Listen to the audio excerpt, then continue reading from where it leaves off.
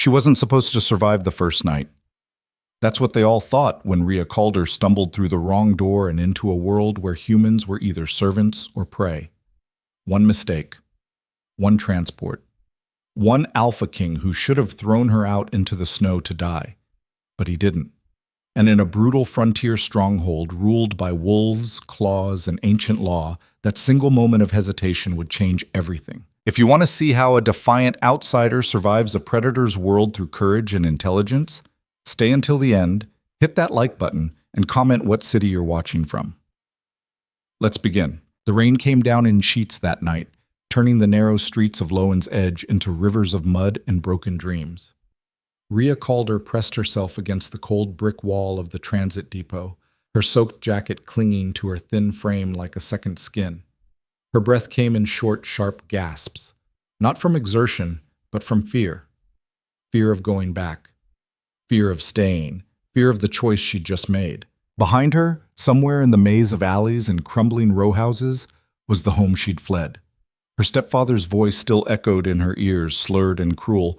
"You're nothing. You'll always be nothing. Might as well make yourself useful or get out." She'd chosen out. Now, at 19 years old, with $17 in her pocket and nowhere to go, Rhea stood in front of a departure board that flickered and buzzed in the downpour. Her eyes scanned the destinations: Millbrook, Crestview, Harwick. All small towns within a few hours' reach, all places where she might disappear, find work, start over. Her fingers trembled as she pulled the crumpled bills from her pocket. $17 wouldn't get her far, but it would get her away. That was all that mattered. "Last call for Northbound Express," a gruff voice cut through the rain. Rhea's head snapped up. A heavy-set man in a transit uniform stood beside an idling transport vehicle, a large, reinforced passenger carrier with tinted windows and heavy-duty tires. It looked more like a military convoy than a civilian bus. "Where's it going?" Rhea called out, jogging toward him. The man barely glanced at her. "North, frontier territories. You got clearance?" I have money," she stammered, thrusting the bills toward him. He looked at her then, really looked at her. His eyes narrowed and something like pity crossed his weathered face. "This ain't a regular route, girl. This is a contract transport. You don't belong on this." "Please." The word came out raw, desperate. "I just need to get away. Anywhere. I don't care where." The man hesitated. Rain dripped from the brim of his cap. Behind him, the transport's engine rumbled, and Rhea could see movement inside. Shadows of large figures, the gleam of eyes in the darkness. "You don't know what you're asking," he said quietly. "I know I can't stay here." For a long moment, they stood there in the rain, two strangers at a crossroads. Then the man sighed, took her money, and jerked his head toward the transport. "Get in. Keep your head down. Don't talk to anyone. And whatever you do, don't make eye contact." Rhea didn't question it. She didn't have the luxury of questions anymore. She climbed the steps into the transport, and the door hissed shut behind her. "Apaan?" The interior was dimly lit, the air thick with a scent she couldn't quite place, something wild and musky, like wet earth and pine resin. The seats were oversized, built for people much larger than her, and nearly all of them were occupied. As Rhea moved down the narrow aisle, she felt eyes on her. Not just looking, assessing. The way a butcher might assess a side of beef. The way a hunter might assess prey. She found an empty seat near the back and slid into it, pulling her jacket tight around herself. Across the aisle, a massive man with a scar running from his temple to his jaw watched her with unblinking golden eyes. His hands, resting on his knees, were twice the size of hers, the knuckles scarred and rough. Rhea looked away quickly, remembering the driver's warning. Don't make eye contact. The transport lurched forward, and the city lights began to fade behind them. She pressed her forehead against the cold window, watching the urban sprawl give way to industrial parks, then farmland, then dense forest. The road grew rougher, the darkness deeper. Hours passed. Rhea dozed fitfully, jerking awake every time the transport hit a pothole or the engine changed pitch. Around her, the other passengers were silent, still. It was unnerving. No one talked, no one shifted, no one even seemed to breathe loudly. When she woke fully, it was to the sensation of the transport slowing. She blinked, disoriented, and looked out the window. They were in the mountains now. Towering pines pressed close to the road, their branches heavy with snow. In the distance, she could see lights, not the warm glow of a town, but the harsh illumination of floodlights and security installations. The transport rolled to a stop in front of a massive gate set into a stone wall that stretched as far as she could see in either direction. Guards emerged from a gatehouse, their uniforms dark and functional, their expressions hard. One of them approached the transport, and the driver's window rolled down. Rhea couldn't hear the conversation, but she saw the guard's eyes flick toward the back of the vehicle, toward her, and then narrow. The door opened. "Everyone out!" a voice commanded. The passengers rose as one, moving with a fluid synchronicity that made Rhea's skin prickle. She scrambled to her feet, nearly tripping over her own bag as she followed them down the steps. The cold hit her like a fist. This wasn't the damp chill of the city. This was a bone-deep, unforgiving cold that made her lungs ache. Snow crunched under her worn sneakers as she stepped onto the ground. And that's when she saw them clearly for the first time. The other passengers weren't just large. They were inhumanly large, broad-shouldered, tall, with an unsettling grace that suggested coiled power. As they moved past the guards, some of them seemed to shimmer in the harsh light, their features shifting subtly, eyes too bright, teeth too sharp, movements too fluid. Rhea's heart began to hammer in her chest. What the hell did I just walk into? "You!" One of the guards was looking at her now, his expression somewhere between confusion and hostility. "Step forward." She obeyed, her legs shaking. The guard circled her slowly, taking in her cheap jacket, her battered sneakers, her tangled wet hair. "What pack are you with?" he demanded. I don't know what you mean," Rhea whispered. The guard's hand moved to the weapon at his belt. "You're human." It wasn't a question, it was an accusation. "I am," she said, forcing herself to stand straight despite the terror flooding her veins. "I got on the wrong transport. I didn't know—" "The wrong transport." The guard's laugh was harsh and humorless. "You got on a wolf pack convoy. Do you have any idea what that means?" Before she could answer, another voice cut through the night, low, commanding, and laced with an authority that made every person in the yard go still. "Bring her!" Rhea turned toward the voice and felt her breath catch. He stood at the gate, silhouetted against the floodlights. Even from a distance, she could tell he was larger than the others, his presence somehow filling the space around him. As he stepped forward into the light, she saw a face carved from stone and shadow, sharp cheekbones, a strong jaw, eyes that gleamed like molten amber. This was someone who commanded not through words, but through sheer, undeniable presence. The guard grabbed Rhea's arm and hauled her forward. Her feet stumbled over the uneven ground as she was brought before the man. Up close, he was even more intimidating. He had to be at least 6.5 feet tall, with shoulders broad enough to block out the world behind him. His dark hair was pulled back, revealing a face that was both beautiful and brutal. Scars marked his skin, one along his collarbone, another bisecting his left eyebrow. But it was his eyes that held her, golden, fierce, ancient. He looked at her the way a wolf might look at something that had wandered into its territory, with assessment, calculation, and a flicker of something that might have been curiosity. "You're not pack," he said. His voice was deep, resonant, carrying the weight of mountains. "No," Rhea managed. "I'm not." "Then why are you here?" She could have lied, could have made up some story, some excuse, but something about those eyes told her that lies would be worse than useless. "I made a mistake," she said quietly. "I was running from something, and I got on the wrong transport. I didn't know what it was. I just needed to get away." A long silence followed. The other passengers, the wolves, she understood now, watched with predatory interest. The guards tensed, hands on weapons. The man before her tilted his head slightly, studying her with an intensity that made her feel naked despite her layers of clothing. "Running from what?" he asked. Rhea's throat tightened. "A bad home. A worse future. The kind of life where you're told every day that you're nothing and you'll never be anything." Something flickered across his face. Too quick to read, too subtle to name. "My name is Kyle Draven," he said. "I am the alpha of the Northern Reach Pack. This is our territory, our stronghold. And you, little human, have just walked into a world that has no place for weakness. Her legs wanted to buckle. Her instincts screamed at her to run. But she'd spent too many years running from bullies, from cruelty, from people who wanted her to be small and scared. So instead of cowering, Rhea lifted her chin and met his eyes. "Then I guess I'd better learn to be strong," she said. The words hung in the frigid air. And then, impossibly, Kyle Draven smiled. It was a small thing, barely a curve at the corner of his mouth, but it sent a ripple of shock through the assembled wolves. "Bring her inside," he said. "We'll decide what to do with her in the morning." The stronghold was unlike anything Rhea had ever seen. Built into the mountainside itself, it was part fortress, part wilderness refuge. Stone walls blended seamlessly with natural rock formations.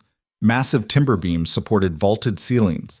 Fires burned in iron braziers, casting dancing shadows across tapestries that depicted wolves running beneath a full moon. She was led through winding corridors by a stern-faced woman named Mira, who made it abundantly clear that Rhea's presence was an inconvenience at best and an insult at worst. "You'll sleep in the guest quarters," Mira said, her tone clipped. "You'll stay there until the Alpha decides what to do with you. Do not wander. Do not speak to pack members unless spoken to. Do not—" "I get it," Rhea interrupted tiredly. "Stay in my box and don't cause trouble." Mira's eyes flashed. "You think this is a joke? You're human. Do you understand what that means here?" "Apparently it means I'm either weak or food," Rhea shot back. "I've been getting that message pretty clearly." For a moment, she thought Mira might strike her. Instead, the woman's expression shifted into something almost like respect. "At least you're not stupid," Mira muttered. "That might keep you alive." The guest quarters turned out to be a small, sparsely furnished room with a narrow bed, a wash basin, and a single window that looked out over a snow-covered valley. It was cold, isolated, and about 1,000 times better than anywhere Rhea had slept in the past year. She collapsed onto the bed, still wearing her damp clothes, and stared at the ceiling. What have I done? She'd fled one nightmare only to stumble into another. Wolves, an alpha king, a stronghold in the middle of nowhere. It was insane. Impossible. And yet as she lay there in the darkness, Rhea couldn't shake the memory of Kale Draven's eyes. The way he'd looked at her, not with pity or contempt, but with something else. Something that felt like recognition. "Then I guess I'd better learn to be strong." Her own words echoed back at her. She'd meant them as defiance, but now, in the quiet of this strange room, they felt like a promise. Sleep came fitfully, haunted by dreams of golden eyes and distant howls.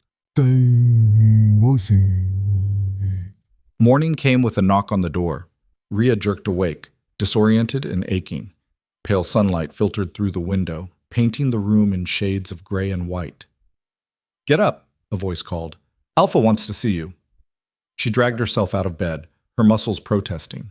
There was no shower, no change of clothes. She did her best to clean up with the wash basin, finger-combing her tangled hair and trying to look like less of a disaster. When she opened the door, she found a young man waiting, barely older than her, with dark hair and eyes that held both curiosity and wariness. "I'm Finn," he said. "I'm supposed to take you to the Alpha's hall." "Great," Rhea muttered. "Lead the way." As they walked through the stronghold, Rhea got her first real look at the place in daylight. It was massive, built to house hundreds. Pack members moved through the corridors with purpose. Men and women, young and old, all carrying that same aura of barely contained power. They stared at her as she passed, some with hostility, some with suspicion, a few with naked curiosity. Finn noticed her discomfort. "They're not used to humans," he said quietly. "The last one who came here was, well, it didn't end well." "That's encouraging," Rhea said dryly. "I'm just saying, be careful. Some of them think you're a threat. Others think you're prey. Either way, you're not safe here." "Then why did your Alpha let me stay?" Finn hesitated. "I don't know. Kyle doesn't usually show mercy to outsiders. The fact that you're still breathing is unusual." They arrived at a set of massive double doors carved with intricate wolf motifs. Finn pushed them open, revealing a vast hall with a high ceiling and a central fire pit that sent smoke curling up through a chimney carved into the rock itself. At the far end of the hall, seated in a heavy wooden chair that was more throne than furniture, was Kyle Draven.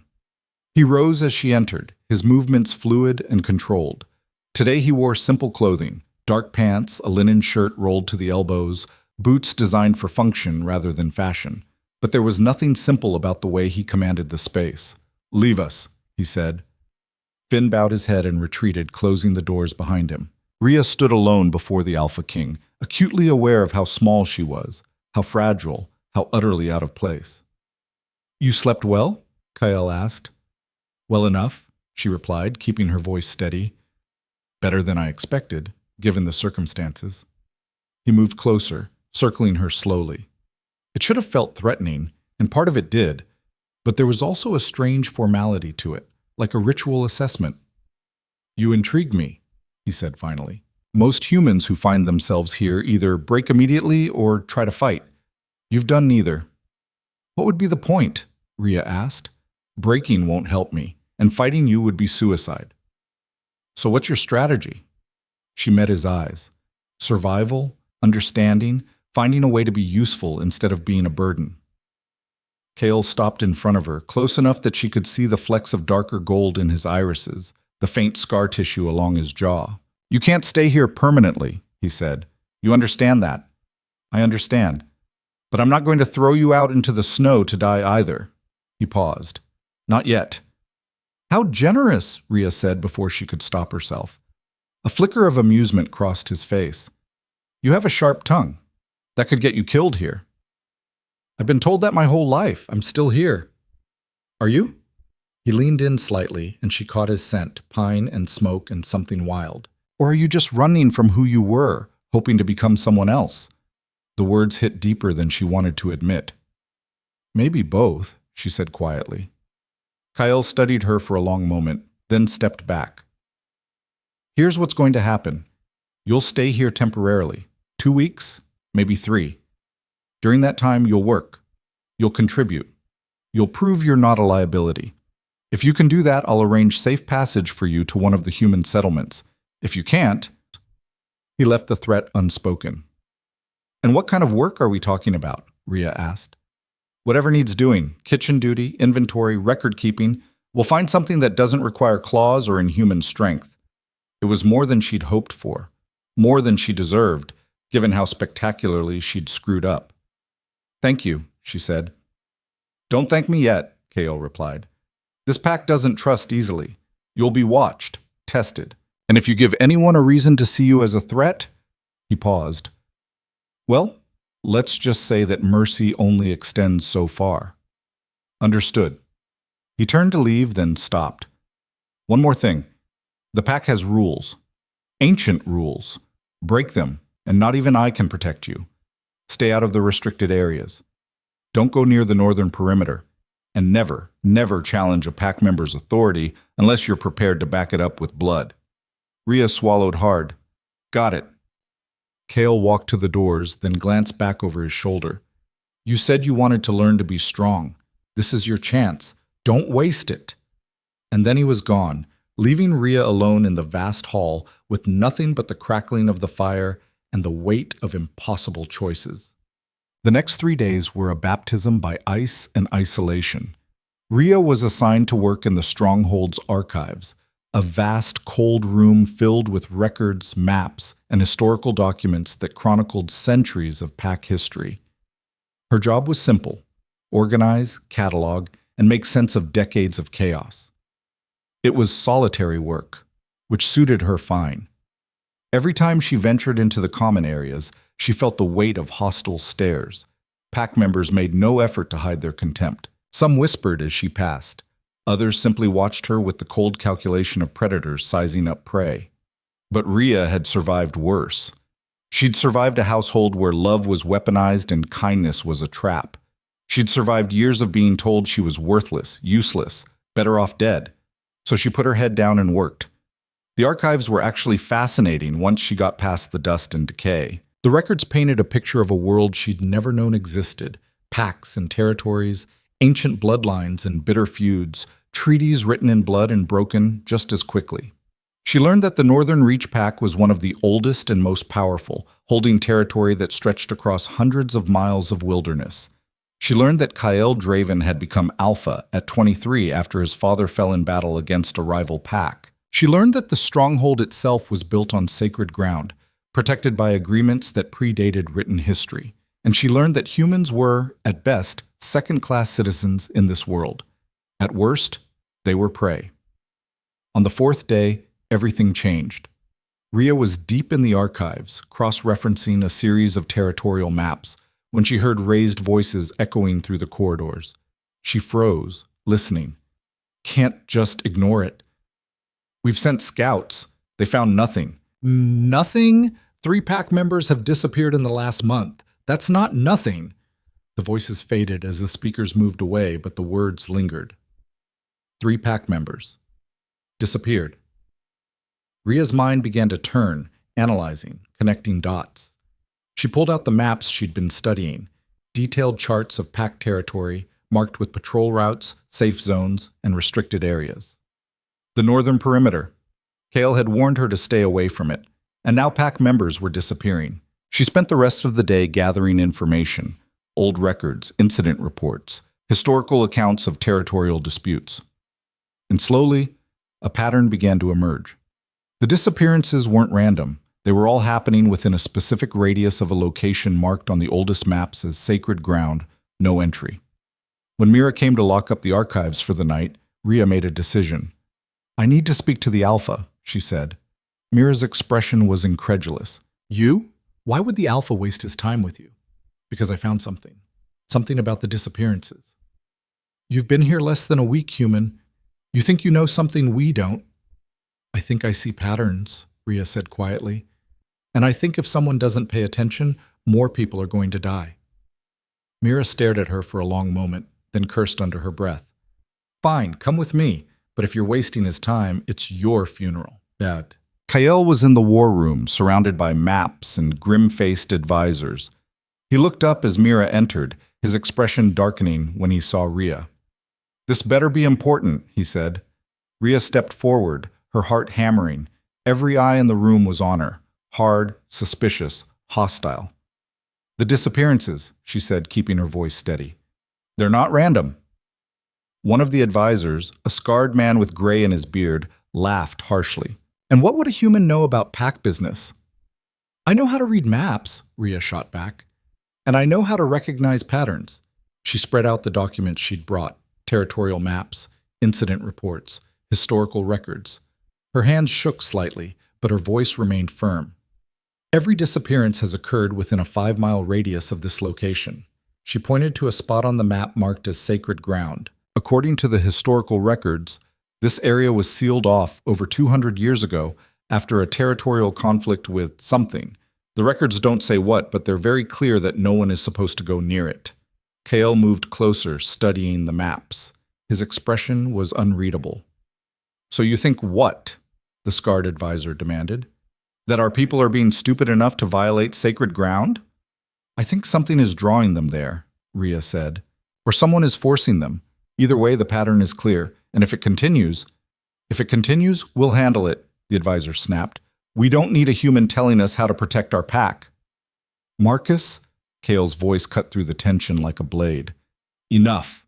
He looked at Rhea, really looked at her, and she saw something in his eyes that she hadn't seen before. Respect. "You're right," he said quietly. "The pattern is there. I've been too close to it. Too focused on immediate threats to see the larger picture." Marcus looked stunned. "Alpha, you can't be serious." "I'm very serious." Kyle straightened, his authority filling the room. "Rhea has done what none of us could. She's seen past our assumptions and found the connection. That deserves recognition, not contempt." He turned back to Rhea. "Can you show me exactly where these incidents are clustered?" For the next hour, they worked together, Rhea pointing out locations and patterns, while Kyle asked sharp, incisive questions. The other advisors watched in sullen silence, but Rhea didn't care. For the first time since she'd arrived, she felt like she had a purpose, like she was more than just a mistake. When they finished, Kyle called for a scouting party to investigate the sacred ground at first light. "I'm coming with you," Rhea said. The room erupted in protests. Absolutely not. A human has no place in pack business. She'll slow us down, get us killed. But Kyle raised his hand and silence fell. She's the one who found the pattern, he said. She's earned the right to see it through. Marcus stepped forward, his face dark with anger. Alpha, this is madness. Bringing a human into a potential combat situation is my decision, Kale finished coldly, and mine alone. He looked at Rhea. You'll stay close. You'll follow orders, and if things go wrong, you run. Understood? Rhea nodded, her mouth dry. Good. We leave at dawn. That night, Rhea lay awake in her small room, staring at the ceiling and wondering if she'd just made the biggest mistake of her life. She'd fought to be included, to prove her worth. And Kyle had given her that chance. But as the hours ticked by and the stronghold settled into restless silence, a single thought kept circling through her mind. What if I'm wrong? What if this gets people killed? She thought about running, about slipping out before dawn and disappearing into the wilderness. It would be a death sentence, probably, but at least it would be on her terms. But then she remembered the way Kyle had looked at her in the war room, not with pity or contempt, but with something that felt dangerously close to trust. She's earned the right to see it through. No one had ever said anything like that about her before. So when dawn broke cold and unforgiving over the mountains, Rhea Calder rose, dressed in borrowed clothes and borrowed courage, and went to meet her fate. The scouting party assembled in the courtyard. 10 wolves, 1 alpha, and 1 terrified human who was about to step into a world where teeth and claws mattered more than words. Kale approached her, his expression grave. Last chance to change your mind, he said. Rhea looked up at him, at this impossible man who ruled an impossible world, and made her choice. I'm not going anywhere, she said. Something flickered in his golden eyes, approval perhaps, or recognition of a kindred stubborn spirit. Then let's find out what's taking my people, he said. And together they walked into the wilderness, toward answers that would shatter everything Rhea thought she knew about strength, survival, and the fine line between predator and prey. The real test was about to begin. The forest swallowed them whole. Rhea had never experienced wilderness like this. Ancient pines that clawed at a slate-gray sky, snow so deep it muffled every sound except the crunch of boots and the ragged rhythm of her own breathing. The wolves moved through it like ghosts, their bodies adapting to the terrain with an ease that made her feel clumsy and exposed.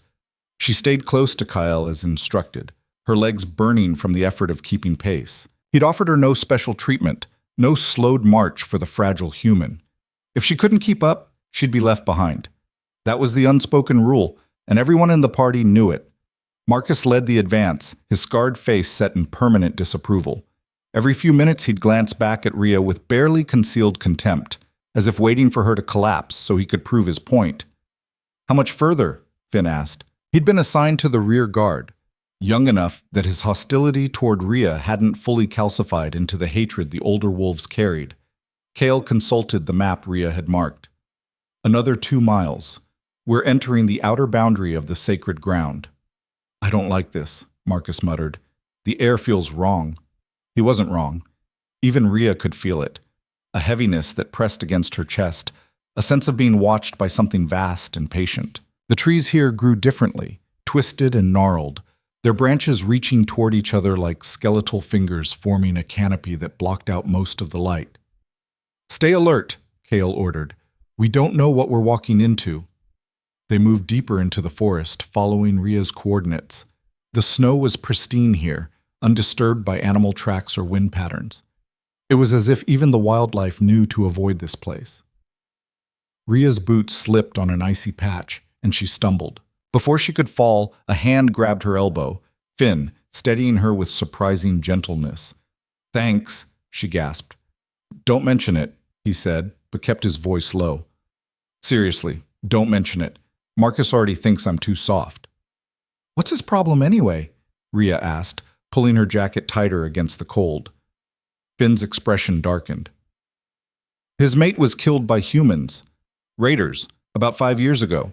They burned a settlement on the eastern border, killed everyone they could find. Marcus barely escaped with his daughter. The weight of that information settled on Rhea's shoulders. I didn't know. Most people here have lost someone to your kind, Finn continued. That's why they look at you the way they do. You're not just an outsider, you're a reminder of everything they've lost. Then why did Kyle let me stay? Finn shrugged. The Alpha doesn't explain himself, but I think he sees something in you. Something that reminds him of who he used to be before all the weight of leadership crushed him down. Before Rhea could respond, Mira's fist shot up in warning. Everyone froze. She pointed to something half buried in the snow, a piece of torn fabric, dark with old blood. Marcus moved forward and lifted it carefully, his expression darkening. This belonged to Garrett, he said quietly.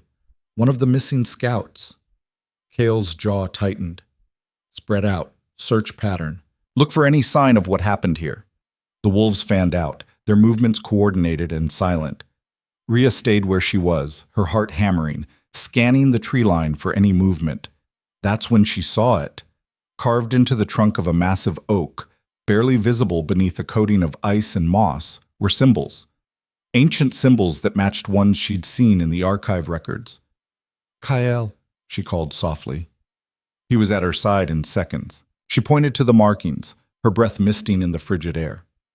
These are boundary markers, she said. According to the records, they were placed here during the original treaty. They're supposed to warn people away. Cale traced the symbols with his fingers, his expression grave. The treaty was with the Old Ones, forest spirits that predated even the first packs. My grandfather told me stories, but I thought they were legends. What kind of legends? Rhea asked, though part of her wasn't sure she wanted to know. The kind where people who break sacred law don't come back. His golden eyes met hers. The kind where the forest itself becomes the judge, jury, and executioner. A shout cut through the air. They ran toward the sound and found Marcus standing at the edge of a clearing, his face ashen. The clearing was a perfect circle, the snow packed down as if by heavy use, and in the center stood a stone altar, ancient and weathered, stained with something that looked disturbingly like blood. Strange symbols covered its surface, glowing faintly with an eerie green luminescence, but it was what surrounded the altar that made Rhea's blood run cold. Wooden stakes driven into the frozen ground in a precise circle, and bound to each stake, unconscious but alive, were the missing pack members. Their heads hung forward, their breathing shallow, their skin pale as death. Sweet mercy, Finn breathed. Cale was already moving, barking orders. Get them down! Carefully! There might be traps! The wolves surged forward with practiced efficiency, but Rhea stayed frozen at the clearing's edge, her eyes locked on the altar. Something about this felt wrong, too convenient, too exposed, like a trap laid by someone who understood exactly how wolves thought. Wait, she said, but her voice was too quiet, drowned out by the urgency of the rescue. Marcus reached the first stake and began cutting the ropes with his knife. Mira moved to the second, her movement swift and sure. Finn to the third, his young face set with determination. And that's when Rhea saw it. Thin wires stretched across the ground, barely visible beneath the snow, leading from each stake to the altar. They pulsed with the same faint green light as the symbols. Stop! She screamed, her voice cracking with desperation. But it was too late. Marcus cut through the final rope, and the world exploded into chaos. The altar erupted with light, not natural light, but something green and sick that pulsed like a diseased heartbeat. The stakes began to glow with the same eerie radiance, and the unconscious pack members jerked awake, their eyes rolling back to show only whites, their mouths opening in silent screams of agony. It's a trap, Cale roared. Fall back! But the wolves couldn't move. They were frozen in place, their bodies locked in some invisible grip. Even Cale struggled, his massive frame straining against a force Rhea couldn't see. His muscles bulged with the effort, veins standing out on his neck, but he might as well have been encased in stone. The other wolves fared no better. Marcus's face contorted with rage and helplessness. Mira's eyes were wide with fear. Finn made a choking sound, as if the invisible force was crushing his chest. Only Rhea remained untouched. The realization hit her like ice water. The trap was designed for wolves, not humans. Whatever magic powered this ritual, it responded to their nature, their essence. To it, she was invisible, too insignificant to register as a threat. Rhea! Kael's voice was strained, desperate, each word forced out through clenched teeth. Run!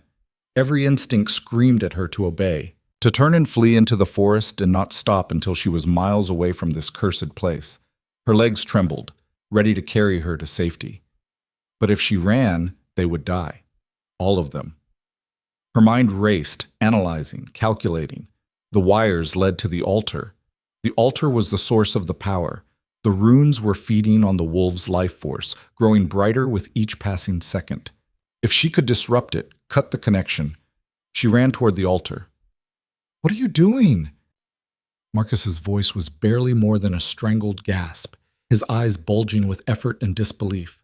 Rhea didn't answer. She reached the altar and saw that the wires were connected to a series of carved runes that pulsed with that same sick green light. The stones were hot to the touch, radiating an unnatural heat that made her skin crawl. Her hands shook as she grabbed the first wire and pulled. Pain shot through her like lightning, white-hot agony that raced from her fingertips to her shoulders. The magic wasn't designed for humans, but it could still hurt them. It could still burn. She gritted her teeth and pulled harder, feeling the wire resist, then slowly begin to give way. The light flickered. "That's it!" Kael shouted, his voice raw with pain and hope. "Keep going!" She grabbed the second wire, her palms already blistering. This one was worse. The magic seemed to recognize that someone was interfering, and it fought back. Rhea screamed as the energy coursed through her, every nerve ending on fire, but she didn't let go. The wire snapped free with a sound like breaking bone. "You can do this!" Finn's voice, younger but no less determined. "Just a few more." She grabbed the third wire with bleeding hands. Her vision swam, her legs buckled, but she pulled with everything she had, even as the magic tried to tear her apart from the inside. The fourth wire snapped, and the altar's light began to sputter like a dying candle. The wolves' screams quieted slightly. Their bodies, while still frozen, stopped convulsing. Rhea reached for the fifth wire, her hands slick with blood and melted snow. Just one more, and they'd be free. "Behind you!" Finn's warning came too late. Rhea spun around to find someone standing at the edge of the clearing. A woman, tall and elegant, with silver white hair that flowed like water and eyes that gleamed with the same eerie green light as the altar. She wore dark robes that seemed to absorb the light around her, and her smile was the coldest thing Rhea had ever seen. "How resourceful," the woman said, her voice like wind through dead leaves. "I didn't account for a human." Kael's eyes widened in recognition and horror. "Lyria." The woman, Lyria, tilted her head, her smile widening. "Hello, brother." The word hit Rhea like a physical blow. "Sister?" Kael's sister was doing this? "What have you done?" Kael's voice was raw with betrayal, with a pain that went deeper than any physical wound. "What you refused to do," Lyria replied, moving closer with predatory grace. "I'm making you strong enough to lead, to truly protect this pack, to be the alpha our father died trying to create." She raised her hand and the altar flared back to life. Rhea screamed as the energy backlashed through her, throwing her backward into the snow. She hit hard, the impact driving the air from her lungs, and for a moment she could only lie there gasping like a landed fish. "You see, dear brother, you've grown soft." Lyria circled the altar, her fingers trailing over the runes with loving familiarity. "Allowing humans into our stronghold, showing mercy to weakness, making treaties instead of taking territory. Our father would be ashamed. Our father is dead because of thinking like that," Kael snarled, fighting the invisible bonds with renewed fury. His strength didn't save him when the Crimson Moon Pack came calling. His pride didn't protect the pack when half our warriors fell in a pointless war. "Our father is dead because he wasn't strong enough." Lyria's composure cracked, revealing something wild and desperate underneath. "And you're following his path. Weakness disguised as wisdom, cowardice dressed up as compassion. But I won't let the pack fall.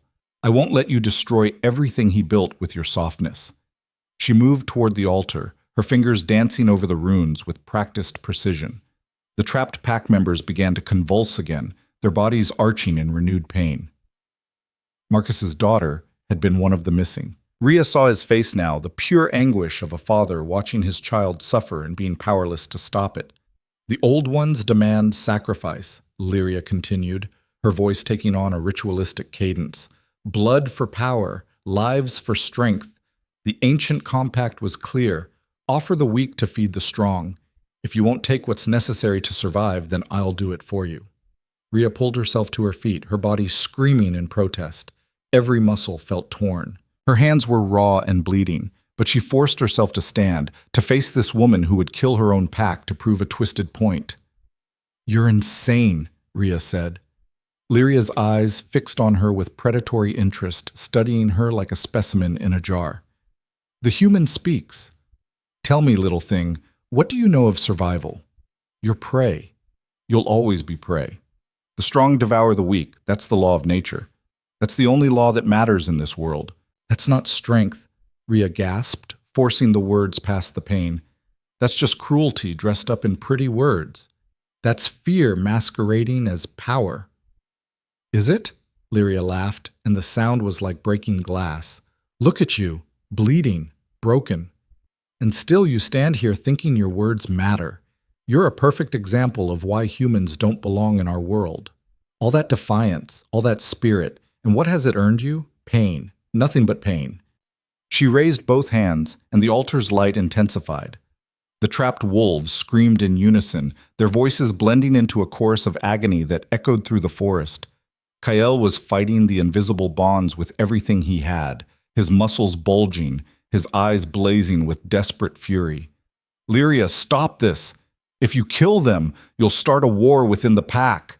The families will turn against each other. Everything will fall apart." "Good," Lyria said coldly. "War will make us strong again. It will burn away the weakness you've allowed to fester. The survivors will be harder, faster, more ruthless. That's what we need. That's what the world demands of us." Rhea's mind raced. She couldn't overpower Lyria, couldn't fight magic with her bare hands, but she could think. She could see patterns. She could remember what she'd read in those dusty archives. The altar, the runes, the ritual. She'd spent days studying pack history, reading about the old treaties and ancient compacts. She knew how these agreements worked. They were built on precise conditions, specific words, carefully maintained balance, and Lyria was breaking all of them.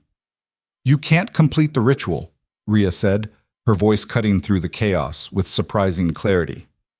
Lyria paused, her hands still raised. "What?" "The old ones don't accept forced sacrifice. According to the original treaty, the offering has to be willing. The participants have to choose their fate. Otherwise, it's just murder, and the magic collapses." For the first time, uncertainty flickered across Lyria's face. "You're lying. A human couldn't possibly understand. Am I?" Rhea took a shaking step forward, ignoring the way her legs threatened to give out. "You've studied the old texts. You know I'm right. That's why the ritual hasn't completed yet. That's why the altar keeps flickering. You're trying to force something that can't be forced." She could see it now. The way the light pulsed irregularly, the way the runes dimmed and brightened without pattern. The magic was fighting Lyria as much as it was binding the wolves. "The treaty was written in blood and sealed with consent," Rhea continued, her voice growing stronger. "The old ones demanded respect, not terror. They wanted partnership, not slavery. And you're just using them, twisting their power for your own ends." "Shut up!" Lyria's hand snapped forward, and Rhea felt an invisible force slam into her chest, driving the air from her lungs. She collapsed to her knees, gasping, but forced herself to keep talking. "You want to make your brother stronger? This isn't the way. You're just proving you don't understand what real strength is. You don't understand what makes a true alpha." "And you do?" Lyria's voice dripped with venom as she stalked closer. "You who stumbled into this world by accident? Who contributes nothing but weakness and disruption? Who represents everything we should despise?" "I know that strength isn't just about power," Rhea said, each word a struggle against the crushing pressure on her chest. "It's about making hard choices, protecting people even when it costs you, being willing to stand up to monsters, even when the monster is someone you love." She looked directly at Kael, meeting those golden eyes that had watched her with growing respect. "Your brother knows that. He understands that real leadership isn't about domination. It's about trust, about earning loyalty instead of demanding it. That's why he's a better alpha than you'll ever be. Lyria's face contorted with rage. I'll show you power! She thrust both hands toward the altar, channeling everything into one final desperate surge of energy. The runes blazed bright enough to hurt, the light washing out all color, turning the world into sharp shadows and blinding brilliance. And Rhea saw her opening. She lunged forward, not toward Lyria, but toward the altar itself. Her hands closed around the central runestone, the heart of the ritual, the nexus where all the wires converged, and she ripped it free with strength she didn't know she possessed. The world went white. Energy exploded outward in a concussive wave that sent everyone flying. Rhea felt herself airborne, weightless, suspended in a moment of perfect silence. Then came the brutal impact of earth and snow, the crack of ribs, the taste of blood. When her vision cleared, swimming with spots and blurred edges, she saw that the altar had gone dark. The green light was gone. The sick pulsing had stopped. The invisible bonds had shattered like glass. The wolves were free. Kael was on his feet instantly, blood running from a cut on his temple, his eyes blazing with fury as he faced his sister. Stand down, Lyria. This is over. But Lyria wasn't finished. Blood trickled from her nose and her silver hair was disheveled, but her eyes still burned with fanatical determination. She pulled a knife from her belt, a wicked curved blade that gleamed with residual magic, runes etched along its length. If the ritual won't work, then I'll do this the old-fashioned way, she hissed. If you won't be the alpha we need, then I'll find someone who will. She lunged at Rhea. Rhea tried to move, but her body wouldn't respond. She was spent, broken, barely conscious. She could only watch as the blade descended toward her throat. And Kael caught it. His hand closed around the blade, blood running between his fingers in crimson streams. He didn't flinch, didn't hesitate, even as the enchanted metal sliced deep into his palm. No, he said quietly, his voice carrying absolute authority. This ends now. With his free hand, he struck Lyria across the face, not hard enough to seriously injure, but with enough force to send her sprawling into the snow. She stared up at him from the ground, her expression a mixture of shock and betrayal. Blood dripped from her split lip. You choose her, a human, over your own blood? I choose what's right, Kael said, his voice ringing through the clearing. And what you did here, what you tried to do, is unforgivable. You've broken sacred law. You've harmed your own pack. You've betrayed everything we stand for. He raised his voice so the entire pack could hear, so there could be no doubt, no question about what came next. Lyria Draven, by the authority vested in me as Alpha of the Northern Reach, I strip you of your pack rights. You are exiled, banished from our territory. If you set foot on our land again, it will be considered an act of war, and you will be treated as an enemy. You can't, Lyria started, scrambling to her feet. I can, and I have. His voice was iron and ice. You wanted strength, sister? Here it is. A true leader knows when to show mercy and when to cut away rot. You are rot. You are poison, and I will not let you destroy what our people have built. He turned to Marcus and Mira. See to the captives. Get them to safety. Finn, help Rhea. For a long moment, Lyria simply stared at him. Emotions flickered across her face. Rage, grief, hatred, something that might have been regret. Then she stood, brushed the snow from her clothes with shaking hands, and looked at Rhea with such concentrated hatred that it made the air feel colder. This isn't over, she said quietly. You think you've won, but you've just made everything worse. The old ones are awake now, and they're hungry. Then she turned and disappeared into the forest, moving with inhuman speed, her form seeming to blur and shift until she was gone. The clearing fell silent except for the ragged breathing of the rescued pack members and the steady drip of blood from Kael's wounded hand. Mira was the first to move, rushing to help the captives down from their stakes. They were alive but barely conscious, their bodies weak from whatever the ritual had done to them. Marcus's daughter collapsed into his arms, and the scarred warrior's face crumpled with relief. Marcus stood there holding his daughter, his expression complicated and unreadable. Finally, he looked at Rhea, really looked at her, seeing her perhaps for the first time. The humans saved our lives, he said gruffly. All of them. And Mira's response, as she helped a young male wolf to his feet, I know. That's what scares me. Finn knelt beside Rhea, his young face creased with worry. Can you move? Not really, Rhea admitted, her voice barely a whisper. Cale walked slowly to where she lay in the snow, cradling his injured hand. He knelt beside her, and she saw something in his eyes that she couldn't quite name. Respect, certainly. Gratitude, perhaps. But something deeper, too. Something that made her heart beat faster, despite the pain. That was either the bravest or stupidest thing I've ever seen, he said quietly. Probably both, Rhea managed through cracked lips. A ghost of a smile touched his face, there and gone in an instant. Then he carefully lifted her into his arms, surprisingly gentle for someone with so much blood on his hands. Let's get you home, he said. As the pack regrouped and began the long journey back to the stronghold, Rhea felt consciousness slipping away. The pain was fading into a distant numbness. The world was growing soft around the edges. The last thing she heard before darkness took her was the forest itself, a sound like wind through ancient trees, like whispers in a language older than words. The old ones had been awakened, and they were watching. The whispers followed them all the way back to the stronghold. Rhea heard them even through the fog of unconsciousness, voices that seemed to come from the trees themselves, speaking in a language that predated words. They weren't threatening, not exactly. They were curious, watching, judging. She woke 3 days later in a bed that wasn't hers, in a room filled with late afternoon light and the scent of herbs. Her body felt like it had been torn apart and reassembled wrong. Every breath was agony. Every movement sent fresh waves of pain through her ribs. Don't try to sit up. Mira's voice came from somewhere to her left. You've got 3 cracked ribs, severe burns on both hands, and a concussion that should have killed you. Rhea turned her head slowly and saw Mira sitting in a chair beside the bed, her expression unreadable. The older woman looked exhausted, dark circles under her eyes, her usual stern composure frayed at the edges. How long? Rhea's voice came out as a croak. 3 days. You've been in and out, mostly out. Mira stood and poured water from a pitcher, helping Rhea drink. The healers weren't sure you'd make it.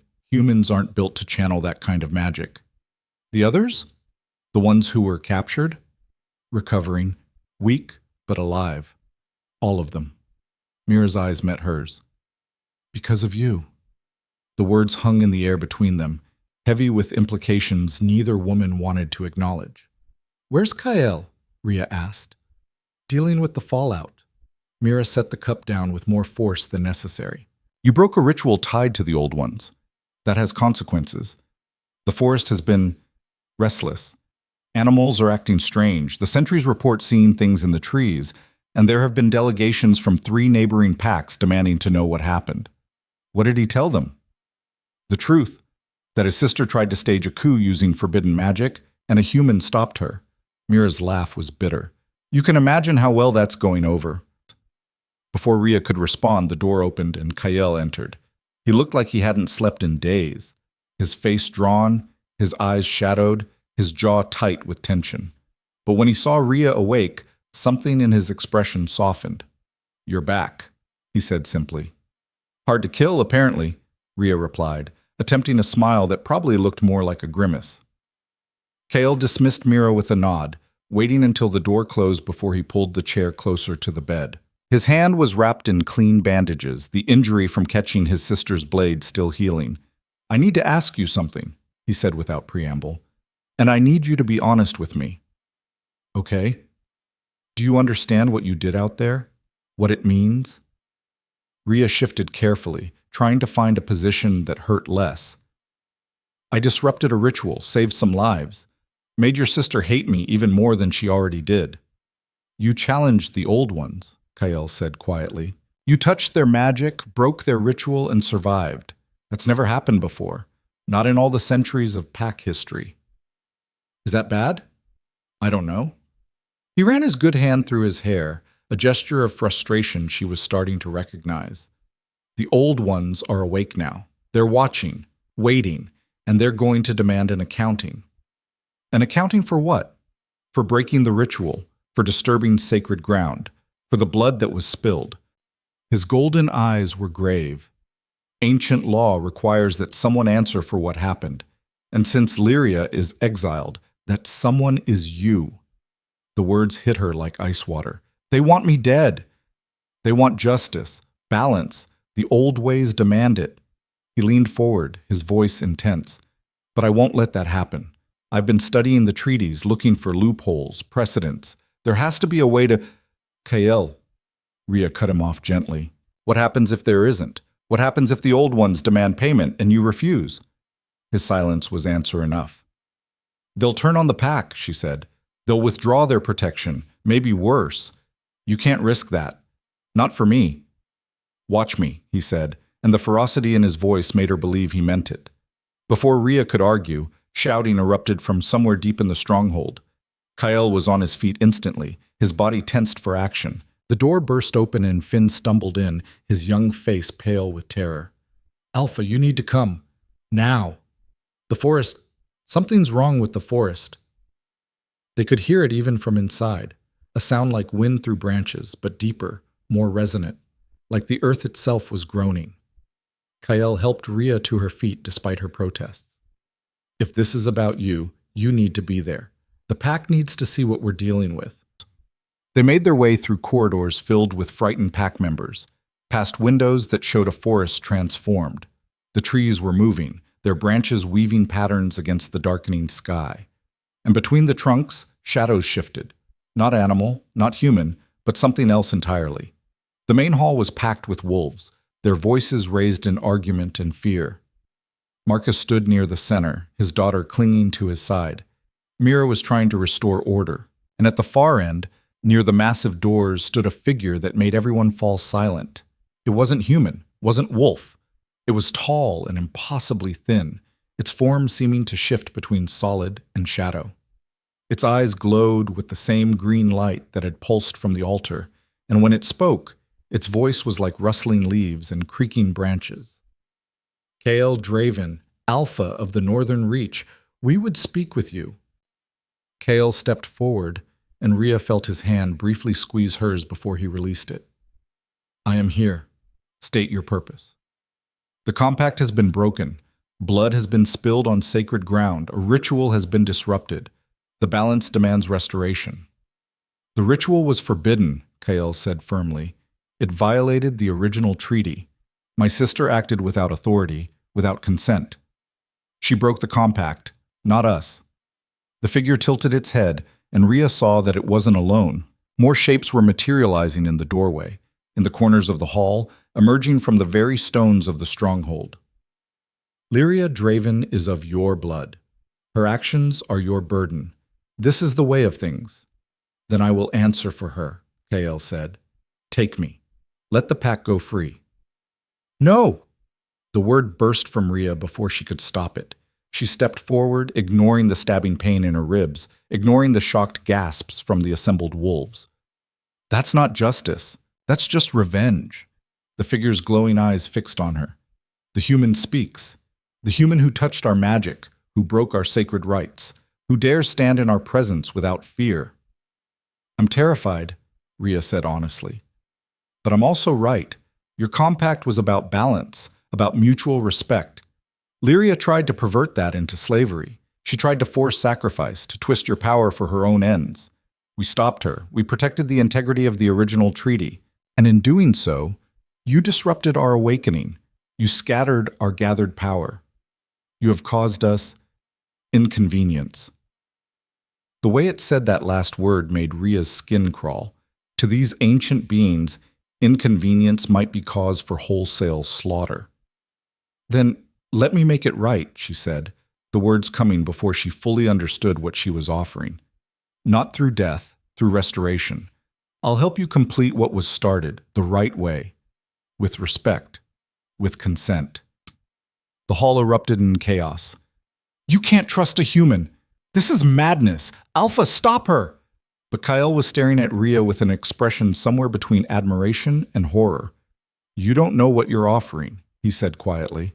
I know exactly what I'm offering, Rhea replied. A chance to fix this without more bloodshed. Isn't that what leadership is supposed to be about? The old one moved closer, and Rhea could feel the wrongness of its presence, the way it existed slightly out of phase with the world, the way reality seemed to bend around it.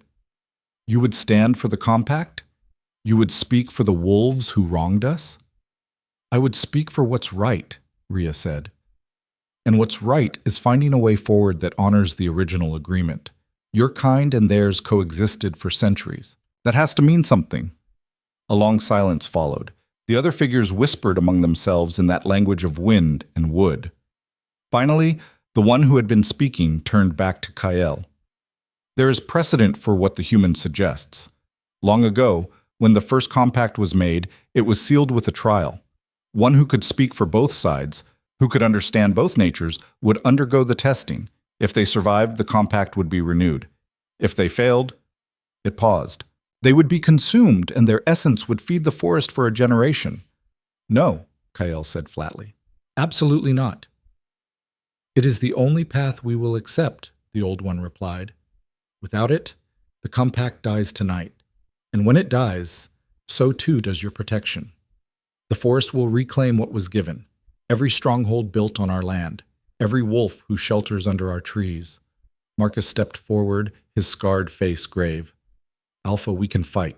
We've faced worse than— You cannot fight what you cannot touch, the Old One interrupted. You cannot kill what was never truly alive. But you can watch as your young sicken, as your prey animals flee, as your water turns bitter and your fires refuse to burn. We do not make war like your kind. We simply withdraw. And in our absence, you will remember why your ancestors made the compact in the first place. The threat was clear. Without the Old One's cooperation, the pack couldn't survive in this territory. They'd have to abandon everything, become refugees in lands held by rival packs who would show no mercy. Rhea saw Kael's hands clench into fists, saw the muscles in his jaw working. He was trapped, and he knew it. I'll do it, Rhea said. Tell me what the testing involves. Rhea, no, Kael started. Do you have a better option? She met his eyes, willing him to understand. This is my choice. Let me make it. The Old One made a sound like wind through hollow trees. Perhaps a laugh, perhaps something else. The testing is simple in concept, terrible in execution. You will enter the heart of the forest. You will face 3 trials, one of body, one of mind, one of spirit. If you survive all 3, the compact will be renewed and balance restored. If you fail any of them, you will become part of the forest, forever. How long do I have to decide? You have already decided, the Old One said. We see it in your eyes. You are like the small creatures who throw themselves at hawks to save their nestlings. Foolish, brave, fascinating. It moved toward the door, the other figures following like a tide of shadow. You will come to the sacred ground at moonrise tomorrow. Come alone, come unarmed, come prepared to prove that your kind deserves our continued tolerance. Then they were gone, dissolving into mist and memory, leaving only the scent of ancient earth and growing things. The hall exploded into argument. Wolves shouted over each other, some demanding that Rhea be stopped, others insisting that someone else take her place, still others claiming this was all a human trick to gain power over the pack. Kael raised his hand, and silence fell like a hammer. Enough. He turned to Rhea, and she saw pain in his eyes, raw, undeniable pain. You don't have to do this. We'll find another way. There isn't another way, Rhea said gently. You know that. Then I'll go instead. I'm the alpha. This is my responsibility. And if you die, the pack falls apart. Marcus and Mira are strong, but they can't hold this together without you. Not with Lyria still out there, not with the neighboring packs circling. She managed a small smile. Besides, they said I already decided. I'm pretty sure if you tried to take my place, they'd just kill us both. Marcus cleared his throat. The human's right. We need you here, Alpha. We can't afford to lose you. I can't afford to lose her either, Kael said quietly, and the raw honesty in his voice made several wolves look away in discomfort. Mira stepped forward, her expression thoughtful. There might be a way to improve her odds. The testing judges body, mind, and spirit. Rhea has mind and spirit in abundance. She's proven that. But her body is human, fragile. If we could strengthen her somehow. The old rights, Finn said suddenly. Everyone turned to look at him. He flushed, but continued. My grandmother told me stories. Before the compact, wolves and humans sometimes shared blood, not to turn them, but to grant temporary strength. It's forbidden now, but these are desperate times, Mira finished, and desperate times call for desperate measures. Kyle shook his head. The blood ritual is dangerous. It could kill her as easily as save her. Everything about this could kill me, Rhea pointed out. At least this way I'd have a fighting chance. He looked at her for a long moment, and she saw the war behind his eyes. Finally, he nodded. We'll prepare. Marcus, Mira, gather what we need. Finn, fetch the old texts from the archive. If we're doing this, we're doing it right. As the hall emptied, wolves rushing to prepare, Kale pulled Rhea aside. They stood in a quiet alcove, away from prying eyes and listening ears. Why? He asked simply. Why are you doing this? Rhea thought about all the reasons she could give. Because it was the right thing to do. Because she owed the pack for taking her in. Because she wanted to prove herself. But in the end, she gave him the truth. Because for the first time in my life, I matter, she said quietly. Not because of what I should be or what someone wants me to be, but because of who I actually am. You saw that. You gave me a chance when you had every reason not to. And I'm not going to let the first place that ever felt like home burn because I was too scared to fight for it. Kael's hand came up to cup her face, his palm rough and warm against her cheek. You matter to me. More than you should. More than is wise for an alpha to admit. Then give me something to come back for, Rhea whispered. He kissed her then, fierce and desperate, like a man drowning, and she was air. She kissed him back with all the fear and hope and defiance that burned in her chest, ignoring the pain in her ribs, ignoring everything except the feeling of being wanted, being chosen, being seen. When they broke apart, both breathing hard, Kale rested his forehead against hers. Come back to me. I'll try. Don't try. Promise. She wanted to make that promise and mean it.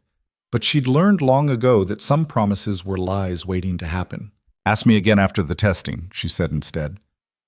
The ritual took place at midnight in a chamber deep beneath the stronghold, carved from living rock and lit by torches that burned with strange blue flames.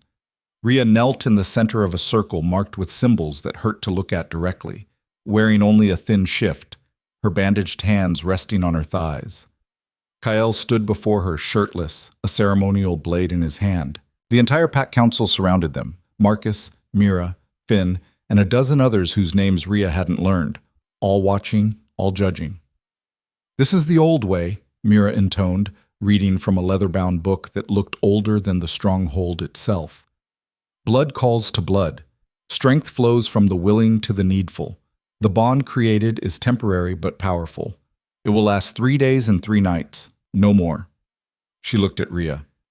There is pain in this, great pain, and there is risk. The wolf blood may reject you. It may tear you apart from the inside. Do you accept these terms? I do, Rhea said, surprised by how steady her voice sounded. Mira turned to Kael. And you, Alpha? Do you offer your blood freely, knowing that what happens to her will echo in you? That her pain will be your pain, her death your burden? I do, Kael said without hesitation. He drew the blade across his palm, reopening the wound from his sister's knife. Blood welled up, dark and rich. Then he knelt before Rhea and pressed his bleeding palm to her heart. The pain was instantaneous and total. Rhea screamed as fire raced through her veins, as her bones felt like they were breaking and reforming, as every cell in her body rejected what was being forced into it.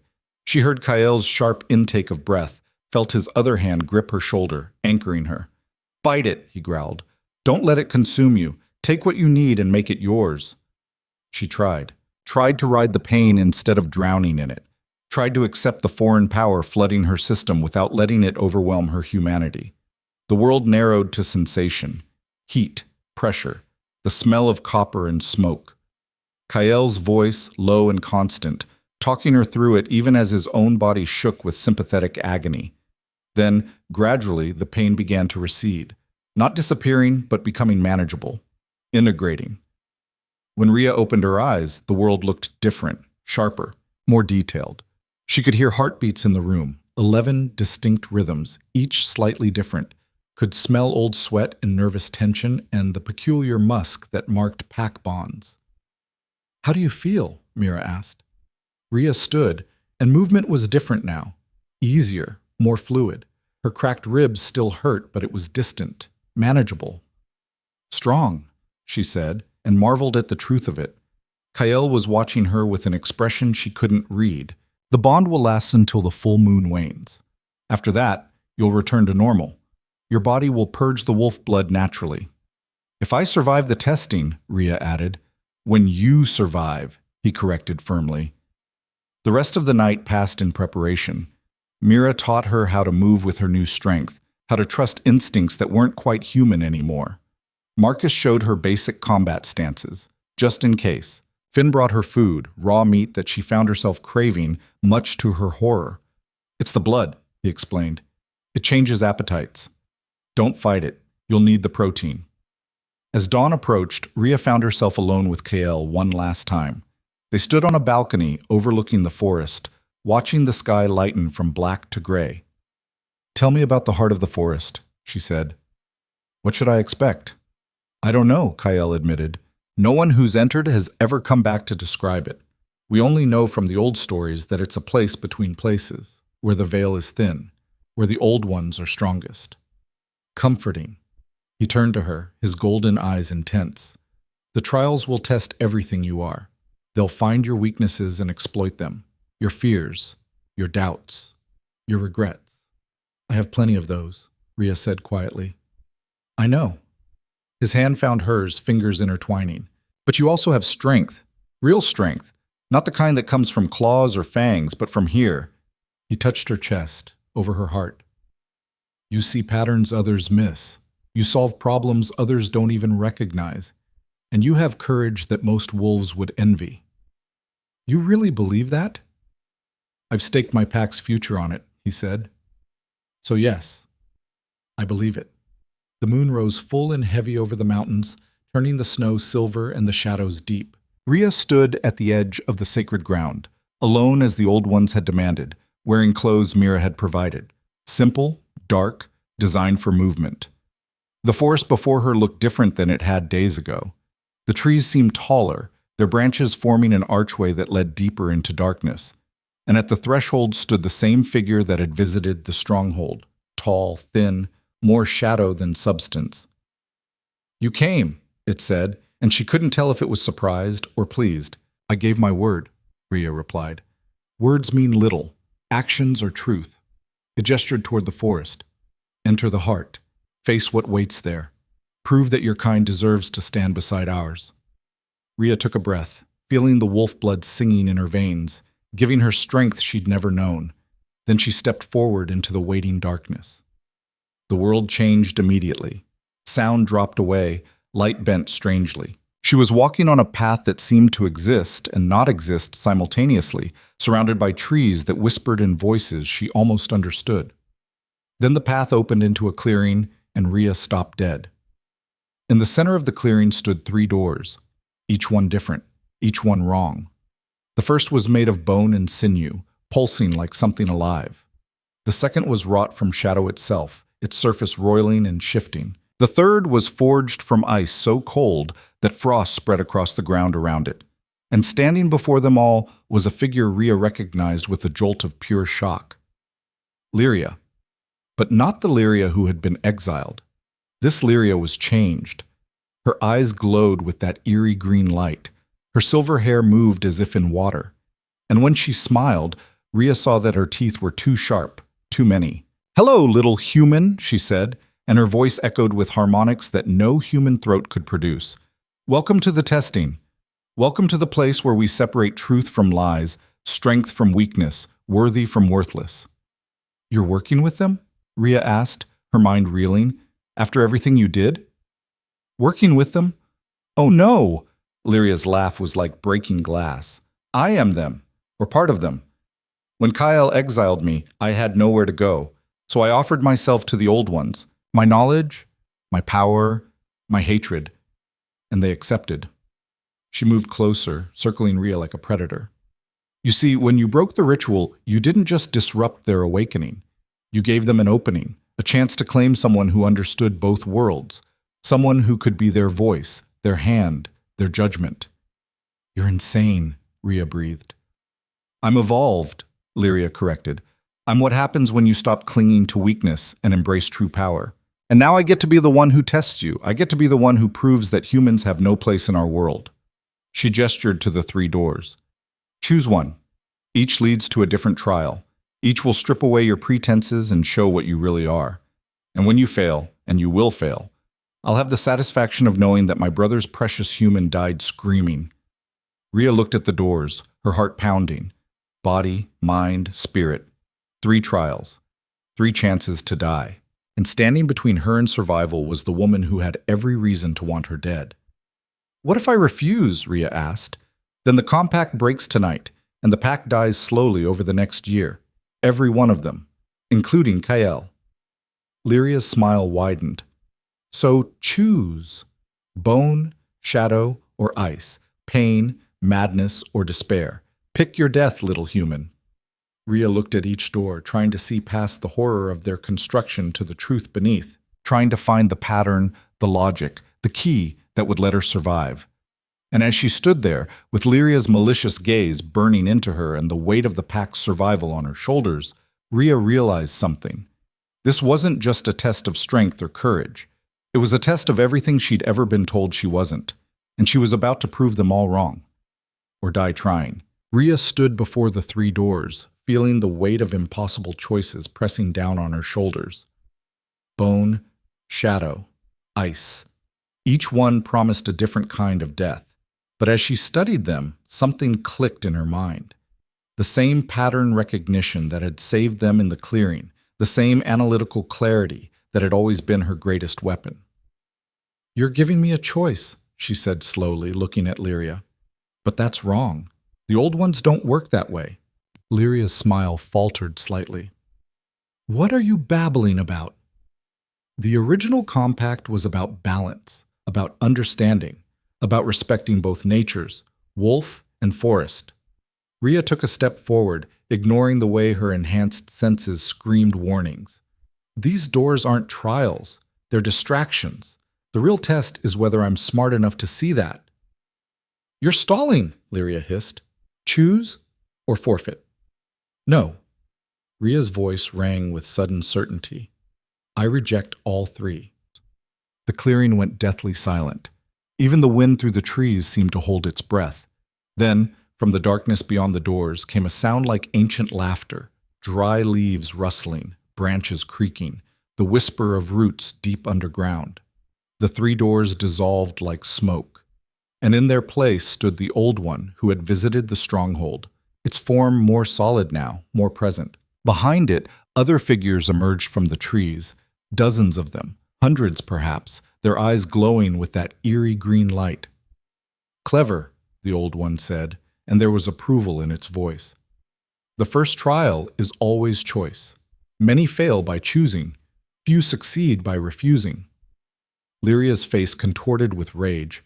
"No, she was supposed to."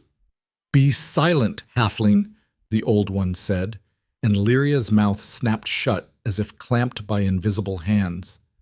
"You serve us now, but you do not command us. Remember your place." The being turned back to Rhea. "You have passed the trial of mind, but 2 remain, and these will not be so easily reasoned through." The forest around them began to change. The trees grew taller, their trunks wider, their branches forming a cathedral ceiling high above. The ground beneath Rhea's feet shifted from snow to moss, from moss to smooth stone carved with symbols that glowed faintly in the darkness. "The trial of body," the old one intoned. "You are human, fragile, weak. Even with wolf blood in your veins, you are prey pretending to be predator. Prove you have the strength to endure what is required." Before Rhea could ask what that meant, pain exploded through her entire body. It started in her bones, a grinding, tearing sensation as if they were being pulled apart and reformed. She fell to her knees screaming as the wolf blood in her veins turned to liquid fire. Her muscles spasmed, her vision blurred. Every nerve ending shrieked in agony. "Stop fighting it," a voice said, and through the haze of pain, Rhea saw another figure materialize beside her. Not an old one, not Lyria, but a woman with kind eyes and a gentle smile, a face Rhea recognized from old photographs. Her mother, dead these 10 years. "Mom?" The word came out as a broken whisper. "You always fought so hard, baby," her mother said, kneeling beside her. "Always pushing back against everything. But sometimes the strongest thing you can do is let go. Stop fighting. Let the pain take you. It'll be over so quickly." Rhea wanted to believe it, wanted to sink into that gentle voice and surrender to the agony that was tearing her apart. But something was wrong. Her mother had never called her baby, had never been that gentle, that soft. Her mother had been fierce and practical, had taught Rhea to stand up and fight back, to never give up no matter how bad things got. "You're not real," Rhea gasped. The figure smiled, and suddenly it wasn't her mother anymore. It was Lyria, grinning with malicious delight. "No, but the pain is very real, and it will only get worse." The agony intensified, and Rhea understood. This wasn't about enduring physical pain. That would be too simple. This was about enduring while being tempted to give up, to surrender, to choose the easy death over the hard survival. She thought about Kael, about the promise she'd almost made, about the pact that had taken her in despite every reason not to, about Marcus and his daughter, Mira and her grudging respect, young Finn and his hopeful eyes. And she thought about herself, the girl who'd fled a bad home with nothing but defiance and $17, who'd survived years of being told she was worthless, who'd walked into a predator's world and refused to be prey. "I've survived worse than this," Rhea said through gritted teeth. "You want to break me? Get in line." She stopped fighting the pain and instead accepted it, let it wash through her without drowning in it. The wolf blood was trying to change her, trying to force her body into a shape it wasn't meant to hold. But she didn't resist. She guided it, channeled it, made it work with her humanity instead of against it. The agony gradually shifted from unbearable to merely excruciating, from excruciating to manageable, from manageable to a dull, constant ache that she could function through. When she opened her eyes, she was standing again. Her body felt different, stronger, faster, more alive than it had ever been, but still fundamentally human. The old one watched her with what might have been interest. "You do not break easily." "Good. The forest has no use for fragile things." Lyria stood off to the side, her expression dark with frustration. "2 trials. She's passed 2 trials, but the third will destroy her. I'll make sure of it." "You have no power here except what we grant you," the old one said mildly. "Do not forget that, halfling." The clearing changed again. The stone floor became water, dark, still water that reflected nothing. The trees faded into mist, and Rhea found herself standing alone in a vast emptiness. "The trial of spirit," the old one's voice echoed from everywhere and nowhere.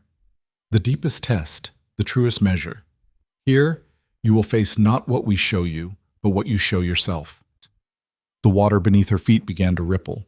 Images formed on its surface, memories, fears, regrets.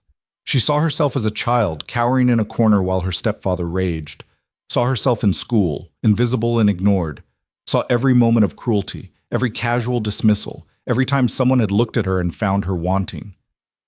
"You are nothing," a voice whispered, her stepfather's voice. "You will always be nothing." "Worthless," her mother's voice added, though the words had never actually been spoken. "A burden, a mistake." "Weak," Lyria's voice joined the chorus. "Pathetic, unworthy." The voices multiplied, building into a cacophony of condemnation. Every doubt she'd ever had about herself, every fear, every moment of self-loathing given voice and substance.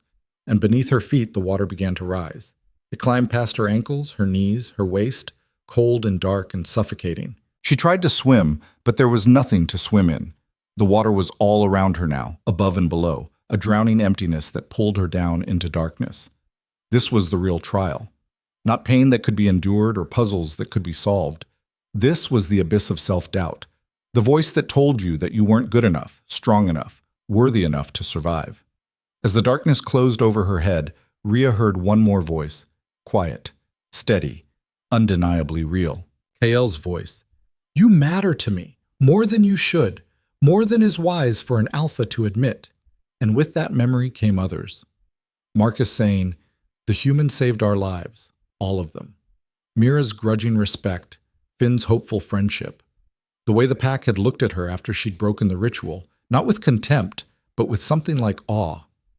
She'd spent her whole life being told she was nothing, but these past weeks had proven otherwise. She'd found patterns no warrior could see. She'd broken a magical trap through courage and determination. She'd stood up to an alpha's sister and won. She wasn't nothing. She'd never been nothing. The voices of doubt had lied. Rhea stopped struggling against the darkness and instead pushed back, not with strength or magic, but with simple, absolute certainty. "I am Rhea Calder," she said into the void, "and I am enough." The darkness shattered like glass. She stood once more in the clearing, the stone floor solid beneath her feet, the trees real and present around her. And the old ones were watching with expressions that might have been surprise, might have been approval. "3 trials," the lead old one said. 3 passages, mind, body, spirit, all overcome. It tilted its head, studying her.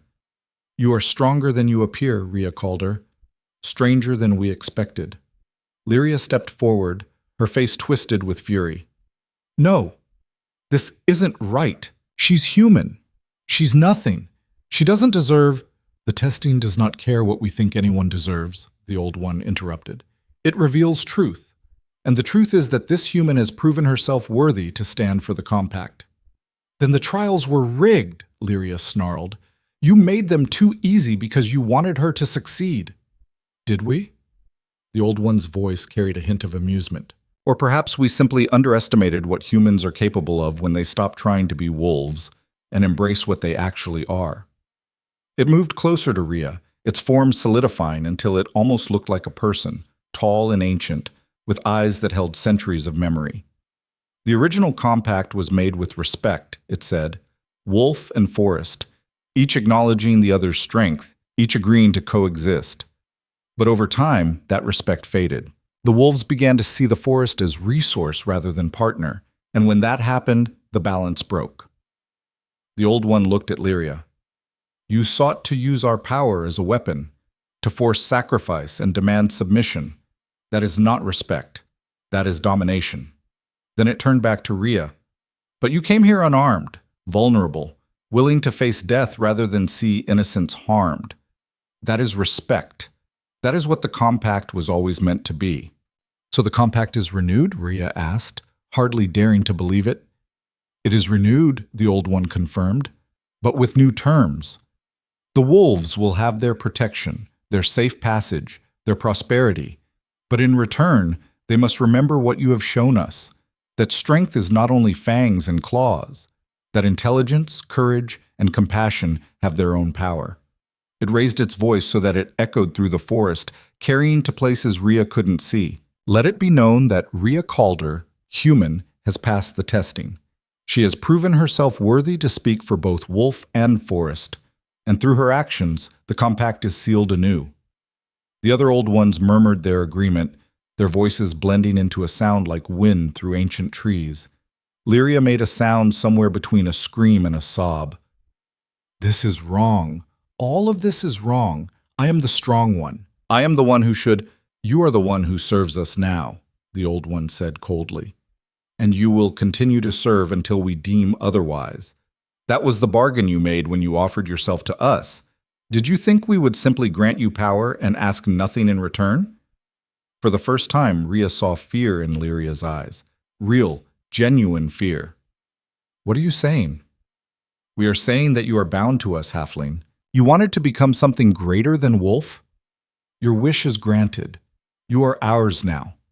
Part of the forest, part of our eternal watching. You will walk these woods for as long as we require, serving our purposes, unable to leave, unable to die." "No," Lyria breathed. "No, you can't." "We can. We have. The compact is renewed, but it requires a guardian. Someone to ensure the wolves remember their obligations. Someone to patrol the boundaries and enforce the ancient laws. That someone is you." Lyria looked at Rhea with such concentrated hatred that the air between them seemed to shimmer. "This is your fault. All of this. If I hadn't stopped you, You would have murdered your own pack members for power, Rhea said quietly. This is the consequence of your choices, not mine. The Old One gestured, and Lyria began to fade, her form becoming translucent, merging with the shadows between the trees. Her scream of rage echoed through the forest, growing fainter and fainter until it was just another sound in the endless symphony of the woods. Then she was gone. Rhea stood alone with the Old Ones, her heart pounding, her body aching, her mind reeling from everything that had just happened. Return to your pack, the lead Old One said. Tell them what you have seen, tell them what you have done, and tell them that we will be watching, always watching. It leaned closer, and Rhea smelled earth and growing things, and the deep, dark scent of places where sunlight never reached. You have earned our respect, Rhea Calder. That is a rare gift. Use it wisely. Then the forest began to change again. The stone floor became snow, the trees shifted back to their normal shapes. The oppressive sense of otherworldly presence lifted, and Rhea found herself standing at the edge of the sacred ground, the moon still high overhead, as if no time had passed at all. But she knew time had passed. She could feel it in her bones, in the wolf blood that still sang through her veins, in the exhaustion that threatened to drag her to her knees. She turned toward the stronghold and began to walk. The journey back felt longer than it should have. Her enhanced senses were fading now. The trial had burned through the wolf blood faster than normal, leaving her increasingly human with each step. By the time she saw the lights of the stronghold in the distance, she was stumbling, barely able to put one foot in front of the other, but she kept moving. Because she'd made a promise, even if she hadn't spoken it aloud. She'd promised to come back, and she always kept her promises. The gates opened as she approached. Word must have spread that she was returning because the courtyard was packed with wolves. The entire pack, it seemed, gathered to see if she'd survived. Kael stood at the front, his face a mask of controlled tension. But when he saw her, when their eyes met across the distance, that mask cracked. He crossed the space between them in 3 long strides and caught her just as her legs gave out. "I've got you," he murmured, holding her close. "I've got you." "Look, the compact is renewed," Rhea managed to say. "The Old Ones accepted." "I don't care about the compact right now," Kael said fiercely. "Are you hurt? Did they harm you?" "I'm okay. Just tired. So tired." He lifted her into his arms. She was getting used to being carried by him, she realized with distant amusement, and turned to face the assembled pack. "The testing is complete," he announced, his voice carrying across the courtyard.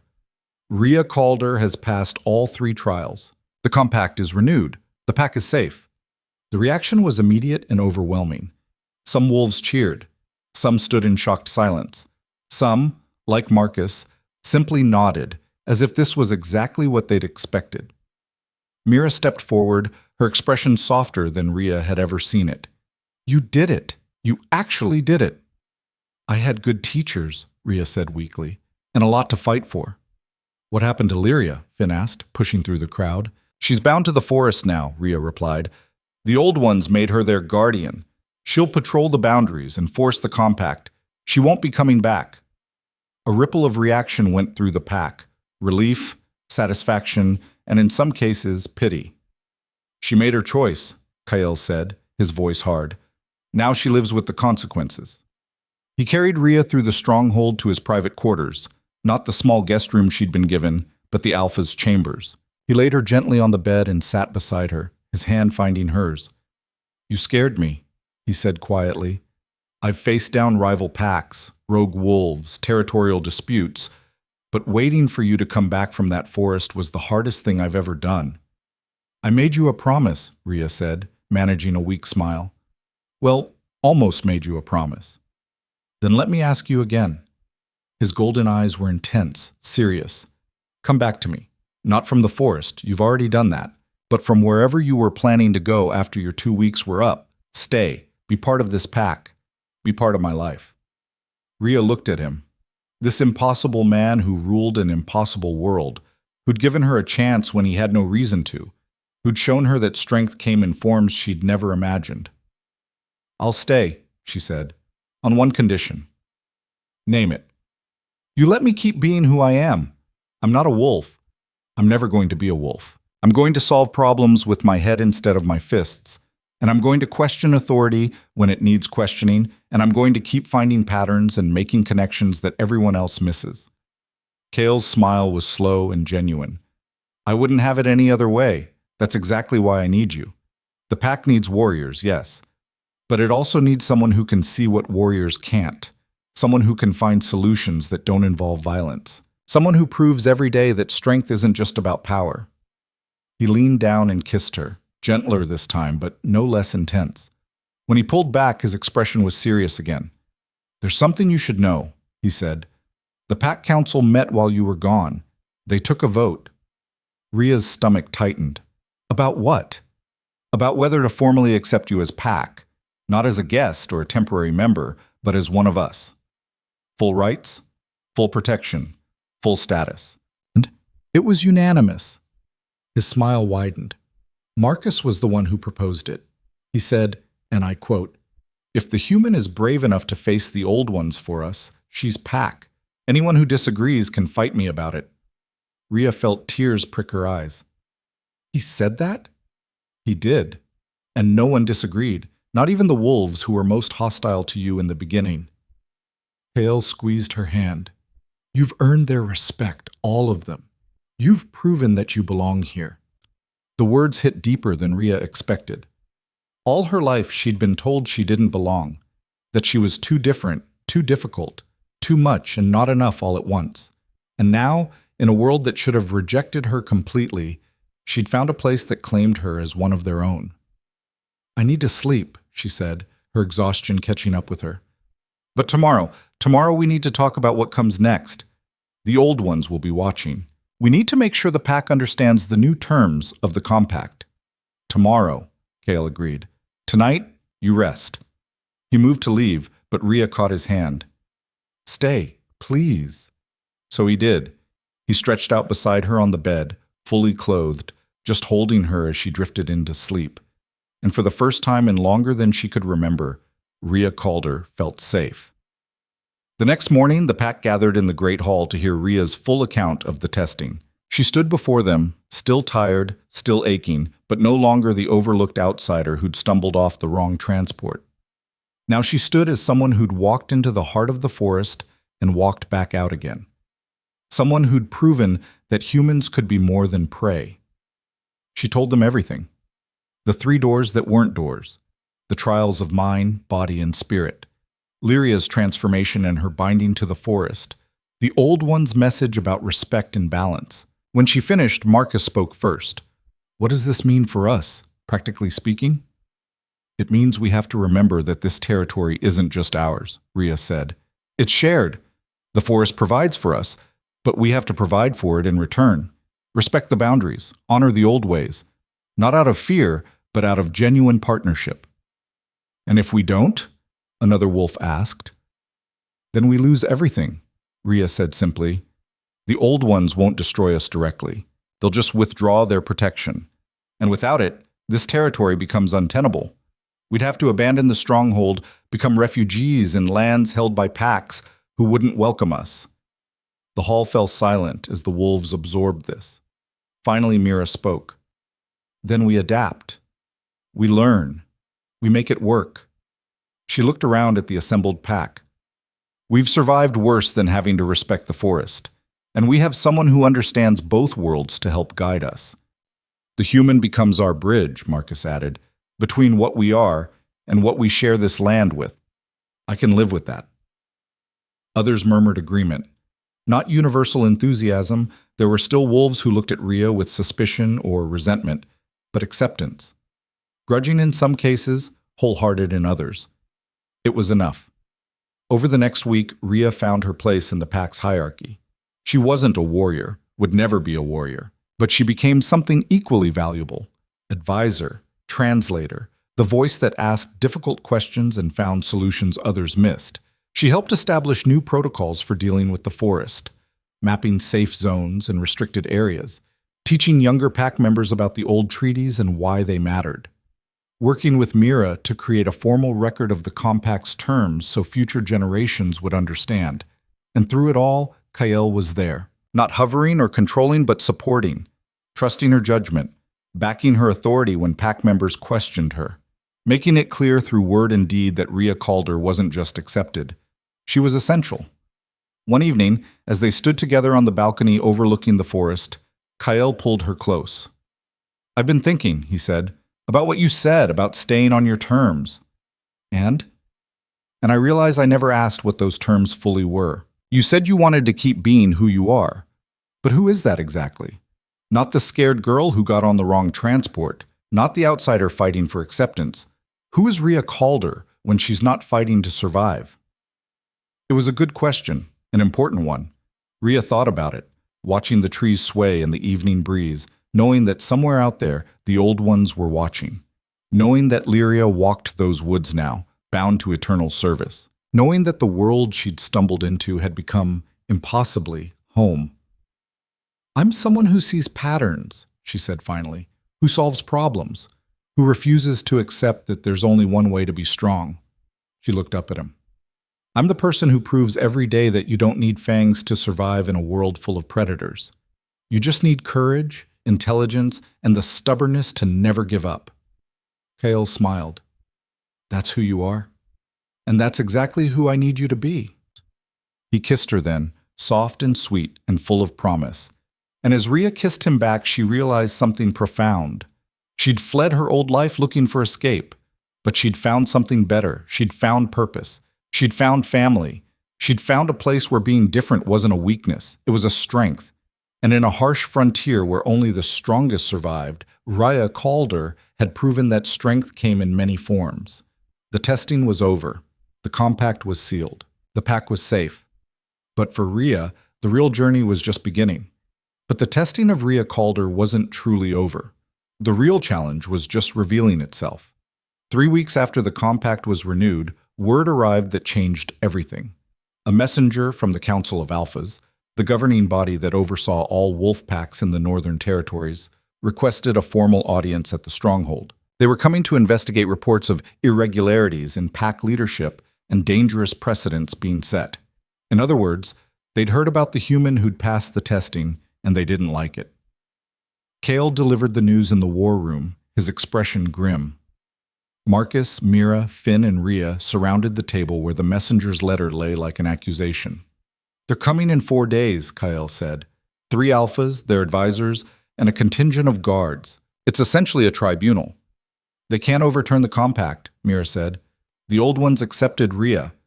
That's not subject to pack politics." "No, but they can declare our pack leadership unstable," Marcus countered. "They can question Kael's judgment, and if enough alphas vote against him, they can force him to step down or face challenge from every rival who wants this territory." Rhea felt her stomach drop. "This is because of me." "This is because of centuries of tradition being challenged," Kael corrected, his hand finding hers under the table. "You're just the catalyst. But yes, you're what they'll focus on. A human with pack status, with influence over an alpha, with recognition from the old ones. It terrifies them." "Why?" Finn asked. "She saved our pack. She renewed the compact. What's there to be afraid of?" "Change," Rhea said quietly, understanding now. "I represent change. If I can earn pack status, if I can influence decisions, if I can prove that humans aren't just prey or servants, then everything they believe about the natural order gets questioned. And people who benefit from the current order will fight to protect it." "Exactly," Kyle said. "And these alphas are old, powerful, and deeply invested in maintaining the traditional hierarchy. They see you as a threat." "Then I'll leave," Rhea said immediately. "I won't let them destroy you because of me." "No," Kale's voice was iron. "We don't cave to pressure. We don't abandon our own. You're pack now, and that means we stand together." "Even if it costs you everything?" Rhea asked. "Especially then," he replied. Marcus cleared his throat. "There might be another way. The council respects strength and cleverness. If Rhea can demonstrate both during the tribunal, prove she's not just some human Kale took pity on, it might sway them. Or it might make things worse," Mira pointed out. "These alphas didn't get their positions by being open-minded. They got them by being ruthless." "Then we prepare for ruthless," Kale said. "We document everything Rhea's done for the pack. We gather testimonials. We make it impossible for them to dismiss her contributions." He looked at Rhea. "And you need to be ready to defend yourself.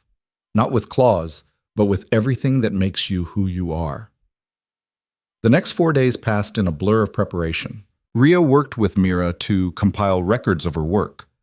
The patterns she'd identified that led to finding the captives, the archive reorganization that had uncovered forgotten treaties, the new protocols she'd helped establish for managing the relationship with the old ones. Marcus drilled her on pack politics and hierarchy, teaching her how to navigate the complex web of dominance and submission that governed wolf interactions. And KL spent hours with her each evening, preparing her for the questions she'd face, the challenges, the attempts to provoke her into making mistakes. They'll try to make you angry, he warned. They'll insult you, belittle you, question your intelligence and your worth. Don't take the bait. I've dealt with bullies before, Rhea said. These are just bigger ones with better teeth. These bullies can destroy entire packs if they feel threatened enough, Kyle replied seriously. Promise me you'll be careful. She promised. The council arrived at dawn on the 4th day, 3 alphas with their entourages, over 30 wolves in total. They came in armed transports, their presence a barely veiled show of force.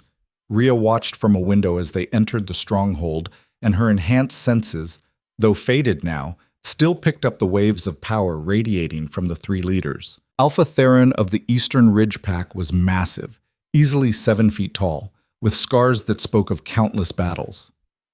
He moved with the confidence of someone who'd never lost a fight. Alpha Saskia of the Silverwood Pack was smaller, but no less intimidating. Her eyes were ice blue and calculating, her presence commanding despite her relatively slight build.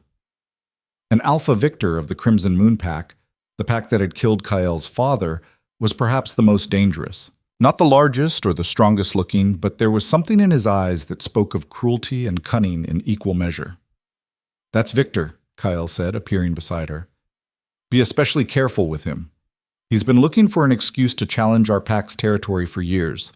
This tribunal is a gift to him. The formal proceedings began in the Great Hall at midday. The 3 visiting alphas sat at a raised table, with Kyle and his advisors, including Rhea, seated opposite. The rest of both groups lined the walls, witnesses to whatever judgment was about to be rendered. Alpha Theron spoke first, his voice like grinding stone. We are here to investigate reports that this pack has violated fundamental laws of our kind. Specifically, that a human has been granted pack status and allowed to participate in leadership decisions. Kyle Draven, do you deny these charges? I don't deny the facts, Kale replied calmly, but I reject the characterization that we've violated any laws. There is no prohibition in pack law against granting status to a human who has earned it through merit. Merit? Victor laughed, the sound harsh and mocking. What merit can a human possibly demonstrate? They're weak, short-lived, and fundamentally inferior. Granting one pack status is like granting it to livestock. Rhea felt anger flare but forced it down. Don't take the bait, she reminded herself. The human in question, Saskia said, her cool gaze sweeping over Rhea. Is this one, I presume? She looks unimpressive. Appearances can be deceiving, Mira said before Kael could respond. This human saved multiple pack members from a ritual that would have killed them. She passed the testing of the old ones. She renewed the compact that protects all our territories, not just ours. Convenient claims, Victor said. Do you have proof? I have testimony from everyone who was there, Kael said. I have the renewed compact itself. The forest has been visibly more responsive since Rhea passed the testing. And I have the simple fact that the old ones, who care nothing for pack politics, accepted her. Or, Theron rumbled, you've concocted an elaborate story to justify an emotional decision. Alphas are not supposed to let feelings cloud judgment. The implication was clear. The Kael's relationship with Rhea had compromised his leadership. My judgment is sound, Kael said, his voice hardening, and I resent the suggestion otherwise. Then let us test it, Saskia said smoothly. Let the human speak for herself. If she's truly worthy of pack status, she should be able to defend that status without you protecting her. It was a trap, Rhea realized. They wanted to isolate her, to show that she needed Kael's support to function, to prove she was weak. I'll speak for myself, Rhea said, standing before Kael could object. Ask me whatever you want. Victor's smile was predatory. Very well. Tell us, human, what makes you think you deserve to stand among wolves? I don't think I deserve anything, Rhea replied. Deserve implies entitlement. I earned my place through action, not expectation. Earned how? Theron demanded. By stumbling onto the right transport? By accidentally ending up somewhere you didn't belong? By refusing to be a victim once I got here, Rhea said. By contributing instead of cowering. By using my skills, analysis, pattern recognition, problem solving, to help this pack survive threats they couldn't see coming. You speak of the disappearances, Saskia said. How do we know you didn't orchestrate them yourself? A convenient way to make yourself seem valuable. The accusation was so outrageous that several of Kael's wolves growled in anger, but Rhea held up a hand asking for silence. Because if I'd orchestrated it, I would have designed something that made me look heroic from the start, she said calmly. Instead, I was barely tolerated by most of the pack. I had no status, no authority, no reason to think anyone would listen to me. The only thing I had was information and the integrity to share it, even knowing I might be ignored or worse. Pretty words, Victor said dismissively. But words are all humans have. You lack true strength. Define strength, Rhea challenged. Victor's eyebrows rose. Strength is power, the ability to dominate, to take what you want and hold it against all challengers. Then, by your definition, the old ones are the strongest beings in this territory, Rhea said. They could destroy every pack here if they chose. But they don't, because they understand that real strength includes restraint, wisdom, and the ability to maintain balance. That's why the compact exists, not because the old ones are weak, but because they're strong enough to choose partnership over domination. The hall had gone very quiet. Even the visiting alphas were listening intently now. I passed the testing, Rhea continued. Not because I was strong like a wolf, but because I was strong like a human. I used my mind where others would have used claws. I endured pain without breaking. I faced my deepest fears and came through the other side. And in doing so, I proved that strength comes in many forms. This is philosophy, not evidence, Theron said, but there was less certainty in his voice now. Then let me give you evidence, Rhea said. She gestured to Marcus. Marcus, tell them what happened when your daughter was taken. Marcus stood, his scarred face grave. The human, Rhea, found the pattern when none of us could. She identified the location when our best trackers had failed. And when we walked into a trap, she broke it at the cost of her own safety. My daughter is alive because of her. Mira, Rhea said next, tell them about the archive work. Mira stood reluctantly. She clearly didn't enjoy being put on the spot, but her voice was firm. Rhea uncovered treaties and protocols that had been lost for generations. Information that's proving invaluable as we navigate the renewed compact. She brought order to chaos and found value where we saw only dusty irrelevance. One by one, pack members stood and testified. Finn spoke about how Rhea had helped him understand pack history better than any teacher had. A young female wolf talked about how Rhea's new protocols had prevented her from accidentally violating sacred ground. Even wolves who'd initially been hostile admitted, grudgingly, that Rhea had proven herself useful. When the testimonies finished, Saskia leaned back in her chair, her expression thoughtful. You've made your case that this human has contributed to your pack, but that doesn't mean she deserves pack status. We employ humans sometimes, as servants, as laborers. That doesn't make them pack. The difference, Kael said, is that Rhea doesn't serve the pack. She is the pack. She shares our risks, our victories, our failures. When the old ones demanded payment for the broken ritual, she stepped forward. Not because she was ordered to, but because she chose to protect wolves who, by her own admission, had given her little reason to care about them. That's not strength, Victor said. That's stupidity. Is it? Rhea asked. Because it seems to me that building something worth protecting, whether that's a pack, a family, or a community, requires exactly that kind of stupidity. The willingness to sacrifice for something bigger than yourself. Isn't that what alphas do? Isn't that what leadership is supposed to be about? Victor's eyes narrowed. You dare lecture me about leadership, human? I dare question whether your definition of leadership is the only valid one, Rhea replied. Because if it is, If strength is only about domination and power is only about who can hurt who worse, then we're no better than animals. We're just predators in an endless cycle of violence. We are predators, Theron rumbled. Yes, Rhea agreed. But you're also people. You have culture, history, art, music, stories. You have the capacity for loyalty and love and sacrifice. That's what separates you from mindless beasts. And that's what I represent, the idea that there's more to strength than teeth and claws. She took a breath, knowing she was about to risk everything. You want to know why Kyle gave me pack status? Because I reminded him that leadership isn't just about being the strongest fighter. It's about making decisions that protect your people, even when those decisions are hard. Even when they go against tradition. Even when other alphas might judge you for it. And you think that makes you special? Victor asked, his voice soft and dangerous. No, Rhea said. It makes me necessary. Because the world is changing. Humans are getting stronger, more organized. Other territories are modernizing, adapting.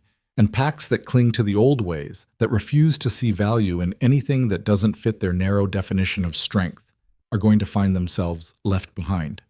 The silence that followed was absolute. Then Saskia spoke, and her voice carried a note of something that might have been respect. You're very brave, human, or very foolish, probably both. Definitely both, Rhea admitted. To her surprise, Saskia smiled. I appreciate honesty. She looked at her fellow alphas. I've heard enough. Shall we deliberate? The three alphas withdrew to a private chamber, leaving everyone else to wait in tense silence. The minutes stretched into an hour, then 2. Rhea sat beside Kyle, their hands linked, neither speaking. Finally, the alphas returned. Theron spoke first. We have reached a decision. After reviewing the evidence and hearing testimony, we find that while Kyle Draven's choice to grant pack status to a human is unconventional, it does not technically violate pack law. Rhea felt a rush of relief, but Theron wasn't finished. However, we cannot allow such a precedent to stand unchallenged. If every pack begins granting status to humans, the fundamental nature of our society changes. We need assurances that this won't become a trend that undermines pack identity. What kind of assurances? Kyle asked carefully. Victor leaned forward, his smile cold. A test. Not of the human, she's proven herself to you. But of you, Kyle Draven. Prove that your judgment hasn't been compromised by emotion. Prove that you're still fit to lead. How? Kyle's voice was steady, but Rhea felt his hand tighten around hers. Challenge, Victor said simply. Right here, right now. I challenge your right to lead this pack. If you win, we accept your judgment regarding the human. If I win, he shrugged. Well, the Northern Reach territory would be better served under different leadership anyway. The hall erupted in chaos. Marcus was on his feet, shouting protests. Mira's face had gone white. Even Theron looked uncomfortable with this development. This is outside the scope of a tribunal, Mira objected. But well within my rights as an alpha, Victor countered. Any alpha can challenge another if they believe that alpha is unfit to lead. I believe Kyle Draven's judgment has been compromised by his relationship with this human. I'm calling him to prove otherwise. Kyle stood slowly, his expression unreadable. And if I refuse the challenge? Then you forfeit by default, and I take your territory, Victor said. Those are the rules. It was a trap, Rhea realized. Victor didn't care about her or pack law. He wanted the Northern Reach territory and saw this as the perfect opportunity. If Kyle fought, Victor would try to kill him. If Kyle refused, he'd lose everything anyway. I accept, Kyle said. No! Rhea grabbed his arm. This is insane. He's baiting you. I know, Kyle said quietly. But refusing would be worse. It would prove I'm weak, and in our world, weakness is death.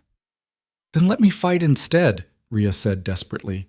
He challenged my worth. Let me defend it. Victor laughed. A human cannot challenge an alpha.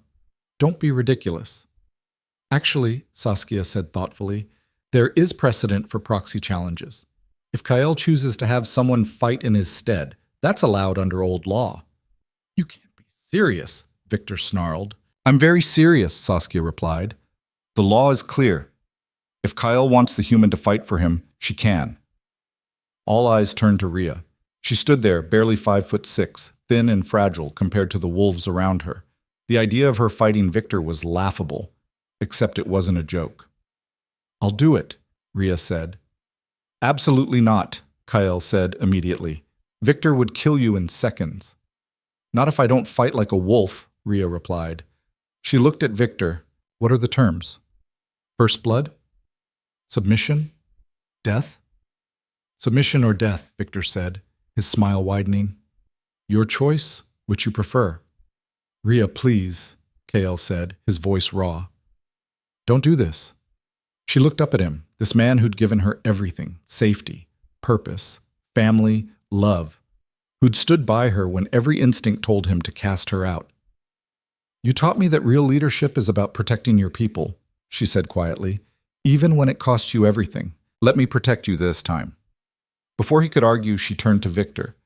"I accept the challenge, but I choose the terms of engagement." "You don't get to choose," Victor started. "The challenged party has the right to set conditions," Theron interrupted. "That's also old law." Victor's jaw clenched. "Fine. What are your terms?" Rhea thought quickly. She couldn't match Victor in strength or speed, but she could change the battlefield. "Intelligence over force," she said. "We compete in 3 trials. One of strategy, one of knowledge, one of problem solving. Best 2 out of 3 wins." "That's not a proper challenge," Victor protested. "It's a valid challenge format," Saskia said, consulting a leather-bound book one of her advisors had produced. Ancient pacts used it to settle disputes when physical combat was impractical. If Victor refuses, he forfeits. Victor looked like he wanted to tear someone apart, but he was trapped by the same laws he'd tried to use against Kyle. "Fine," he spat. "Set your trials, human. It won't matter. I'll crush you regardless." The first trial was strategy. Rhea and Victor faced each other over a board marked with territories and populated with carved pieces representing wolf packs, rival predators, and various resources. "The game is conquest," Theron explained, serving as referee. "Each player controls a pack. The goal is to expand your territory and eliminate your opponent. You have 15 minutes. Victor played aggressively, throwing everything into immediate attacks. But Rhea played differently. She built alliances with neutral territories, secured resource points, and created a defensive network that blunted Victor's assaults. 12 minutes in, Victor made a critical mistake, overextending his forces to capture what looked like valuable territory but was actually a trap. Rhea's pieces closed in from 3 sides, cutting off his retreat. "Checkmate," she said quietly. Victor stared at the board in disbelief. "This proves nothing. Strategy games aren't real combat." "Trial 1 goes to Rhea," Theron announced. The second trial was knowledge, a test of pack history, law, and tradition. Questions were asked, and both competitors had to answer. Victor knew the obvious things: famous battles, major treaties, legendary alphas. But when the questions became more obscure, when they delved into forgotten customs and ancient precedents, he faltered. Rhea, who'd spent weeks in the archives, answered question after question with confidence. She knew things Victor had never bothered to learn because he'd never thought they mattered. "Trial 2 goes to Rhea," Saskia announced, and this time there was definite approval in her voice. Victor was vibrating with rage. "This isn't right. This isn't how challenges work." You agreed to the terms," Kyle said, his expression carefully neutral. "Honor them." The third trial never happened, because Victor, consumed by humiliation and fury, did something unthinkable. He shifted. His form blurred and changed, bones cracking and reforming, until a massive wolf stood where the man had been, and that wolf lunged at Rhea with murder in its eyes. Rhea didn't have time to think. Instinct took over. The wolf blood that still lingered faintly in her system, the training Marcus had drilled into her, the survival skills she'd honed over a lifetime of being underestimated. She dropped and rolled, feeling claws pass inches from her head. Came up with a heavy candlestick she'd grabbed from a nearby table. Swung it with all her strength into Victor's snout as he came around for another pass. The wolf yelped and staggered, and in that moment of confusion, Kyle was there. He shifted mid-leap, transforming into a wolf larger than Victor, darker, more powerful.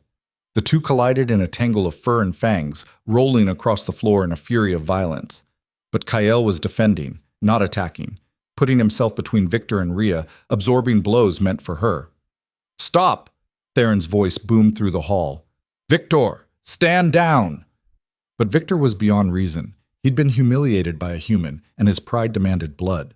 He broke away from Kael and lunged again at Rhea, and this time she was ready. She'd seen pack members shift dozens of times now. Understood the mechanics of it. Knew that there was a split second during transformation when a wolf was vulnerable, caught between forms. She also knew something Victor didn't, something she'd learned from the old ones during the testing. The forest still watched, still listened, and it responded to those who showed it respect. As Victor's jaws opened to tear her throat out, Rhea spoke in the ancient language the old ones had whispered to her. Words of binding, of forest law, of the compact that protected this territory. Green light flared from the stones beneath Victor's paws. Vines erupted from between the floorboards, wrapping around his legs, his body, his jaws. He thrashed and struggled, but the forest held him fast. The hall fell into stunned silence. Rhea stood over the trapped wolf, her heart pounding, her hands shaking. "I invoke the compact," she said, her voice carrying despite its tremor. "Victor of the Crimson Moon Pack has violated sacred law. He attacked under false pretense. He broke the terms of honorable challenge. The forest bears witness." The vines tightened and Victor whimpered. Saskia stepped forward, her expression grave. "The human speaks truth. Victor has violated every law of honorable conduct. He's forfeit his right to challenge. More than that," Theron added, "he's shown himself unfit to lead. I call for a vote of no confidence in Victor's status as alpha." What followed was swift and brutal. The other two alphas voted unanimously to strip Victor of his title. His own wolves, witnessing his disgrace, refused to stand for him. In less than 10 minutes, Victor went from powerful alpha to packless outcast. The vines released him and he collapsed to the floor, human again, naked and broken. "Get him out of here," Kael ordered, and two of Victor's former wolves dragged him away. When the hall cleared of Victor's people, Theron turned to Rhea with an expression of newfound respect. "That," he said, "was the most remarkable thing I've seen in 50 years of pack politics." Saskia nodded. "You invoked the compact, called on the old one's power. That shouldn't have been possible. You're human." "I'm human," Rhea agreed, "but I passed the testing, and the old ones recognize that. They don't care what I am. They care what I do." Theron looked at Kael. "Your judgment regarding this human was sound. More than sound, it was visionary. The Northern Reach Pack is stronger for having her." "Agreed," Saskia said. "I move that we formally recognize Rhea Calder's pack status and recommend that other packs consider the precedent. The world is changing. We need to change with it." The vote was unanimous. As the council alphas and their entourages prepared to leave, Saskia pulled Rhea aside. "You've started something today," she said quietly. "Other humans will hear about this. Other packs will have to grapple with what it means. You've changed our world whether you meant to or not." "I just wanted to survive," Rhea said. "You did more than survive," Saskia replied. "You showed us that strength comes in forms we'd forgotten to value. Don't underestimate the impact of that." After the visitors left, the pack gathered in the Great Hall for a celebration that lasted well into the night. Wolves who'd been skeptical of Rhea came to offer grudging respect. Others, like Marcus and Finn, embraced her as family. But eventually, Rhea slipped away from the festivities and found herself on the balcony where she'd stood with Kael so many nights before. He found her there, as she'd known he would. "You're not celebrating," he said. "I am," Rhea replied, just quietly. He moved to stand beside her, looking out over the forest that stretched endlessly into the distance. "You called on the old ones. How?" "They gave me the words during the testing," Rhea said. "A gift, I think, or maybe a responsibility. They said I could speak for both wolf and forest. I didn't really understand what that meant until today." "You wielded their power," Kael said. "That's never happened before. Not even legendary alphas could do that." "Maybe because they tried to command it instead of asking," Rhea suggested. "The old ones don't respond to dominance. They respond to respect." Kael was quiet for a long moment. Then he said, Victor would have killed you if the forest hadn't answered your call. I know. You took that risk anyway. I know that too. He turned to her and his expression was raw with emotion. Don't ever do that to me again. Don't ever make me watch you risk your life like that. I can't promise that, Rhea said honestly. If the pack needs protecting, if you need protecting, I'll do what's necessary. That's what it means to be pack, isn't it? Cale pulled her into his arms, holding her so tightly she could barely breathe. I love you, he said. I know I shouldn't.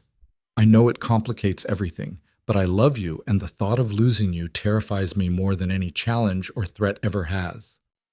Rhea wrapped her arms around him, feeling the solid reality of him, the warmth and strength and fierce protectiveness. I love you too, she whispered, and I'm not going anywhere. They stood there for a long time, wrapped in each other, while the celebration continued inside and the forest whispered its approval all around them. The next morning, Kael called a formal pack assembly. Every member attended, from the oldest warriors to the youngest children. Yesterday, you saw something unprecedented, Kael began. You saw a human invoke the power of the Old Ones. You saw her defeat an Alpha through intelligence instead of force. And you saw the Council of Alphas formally recognize her status as pack. He paused, letting that sink in. But more importantly, you saw what this pack is becoming. Not just warriors, though we have those. Not just hunters and fighters, though we need those too. We're becoming something more balanced, something stronger because we value different kinds of strength. He gestured to Rhea. Rhea Calder represents the future, a future where we adapt instead of stagnate, where we value minds as well as muscles, where we remember that being predators doesn't mean being mindless beasts. Marcus stepped forward. I move that we formally recognize Rhea as Pack Second, an advisor with authority equal to any warrior, with full rights to speak in council and participate in pack decisions. The suggestion sent ripples of shock through the assembly. Pack Second was a position of immense authority, traditionally held by the strongest warrior after the Alpha. But Mira stepped forward to support it. I second the motion. Rhea has proven herself repeatedly. She deserves formal recognition of her role. One by one, other pack members voiced their support. Not all of them. There were still wolves who believed humans had no place in pack hierarchy. But the majority spoke in Rhea's favor. When the vote was called, it passed overwhelmingly. Kael smiled. Then, by pack law and pack vote, I name Rhea Calder as second of the Northern Reach pack. Her word carries my authority. Her judgment is to be respected as if it were my own. He turned to Rhea and held out his hand. She took it and felt the weight of responsibility settle onto her shoulders. From this day forward, Kael continued, let it be known that the Northern Reach pack values all forms of strength. We honor tradition, but we're not bound by it. We face the future together, wolves and those who prove themselves worthy to run with wolves. The pack responded with howls of approval that echoed through the stronghold and out into the forest beyond. And somewhere in those woods, the Old Ones listened and approved. In the weeks that followed, Rhea stepped fully into her new role.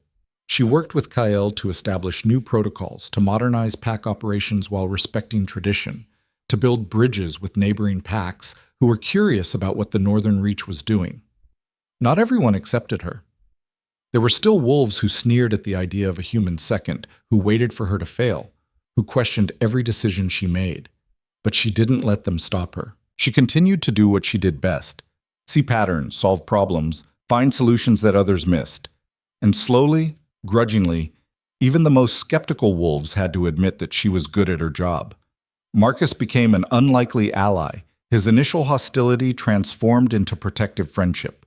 He taught her more about pack dynamics and even basic self-defense, joking that if she was going to be second, she should at least know how to throw a proper punch. Mira helped her navigate the complex social hierarchies, teaching her which battles were worth fighting and which were better left alone.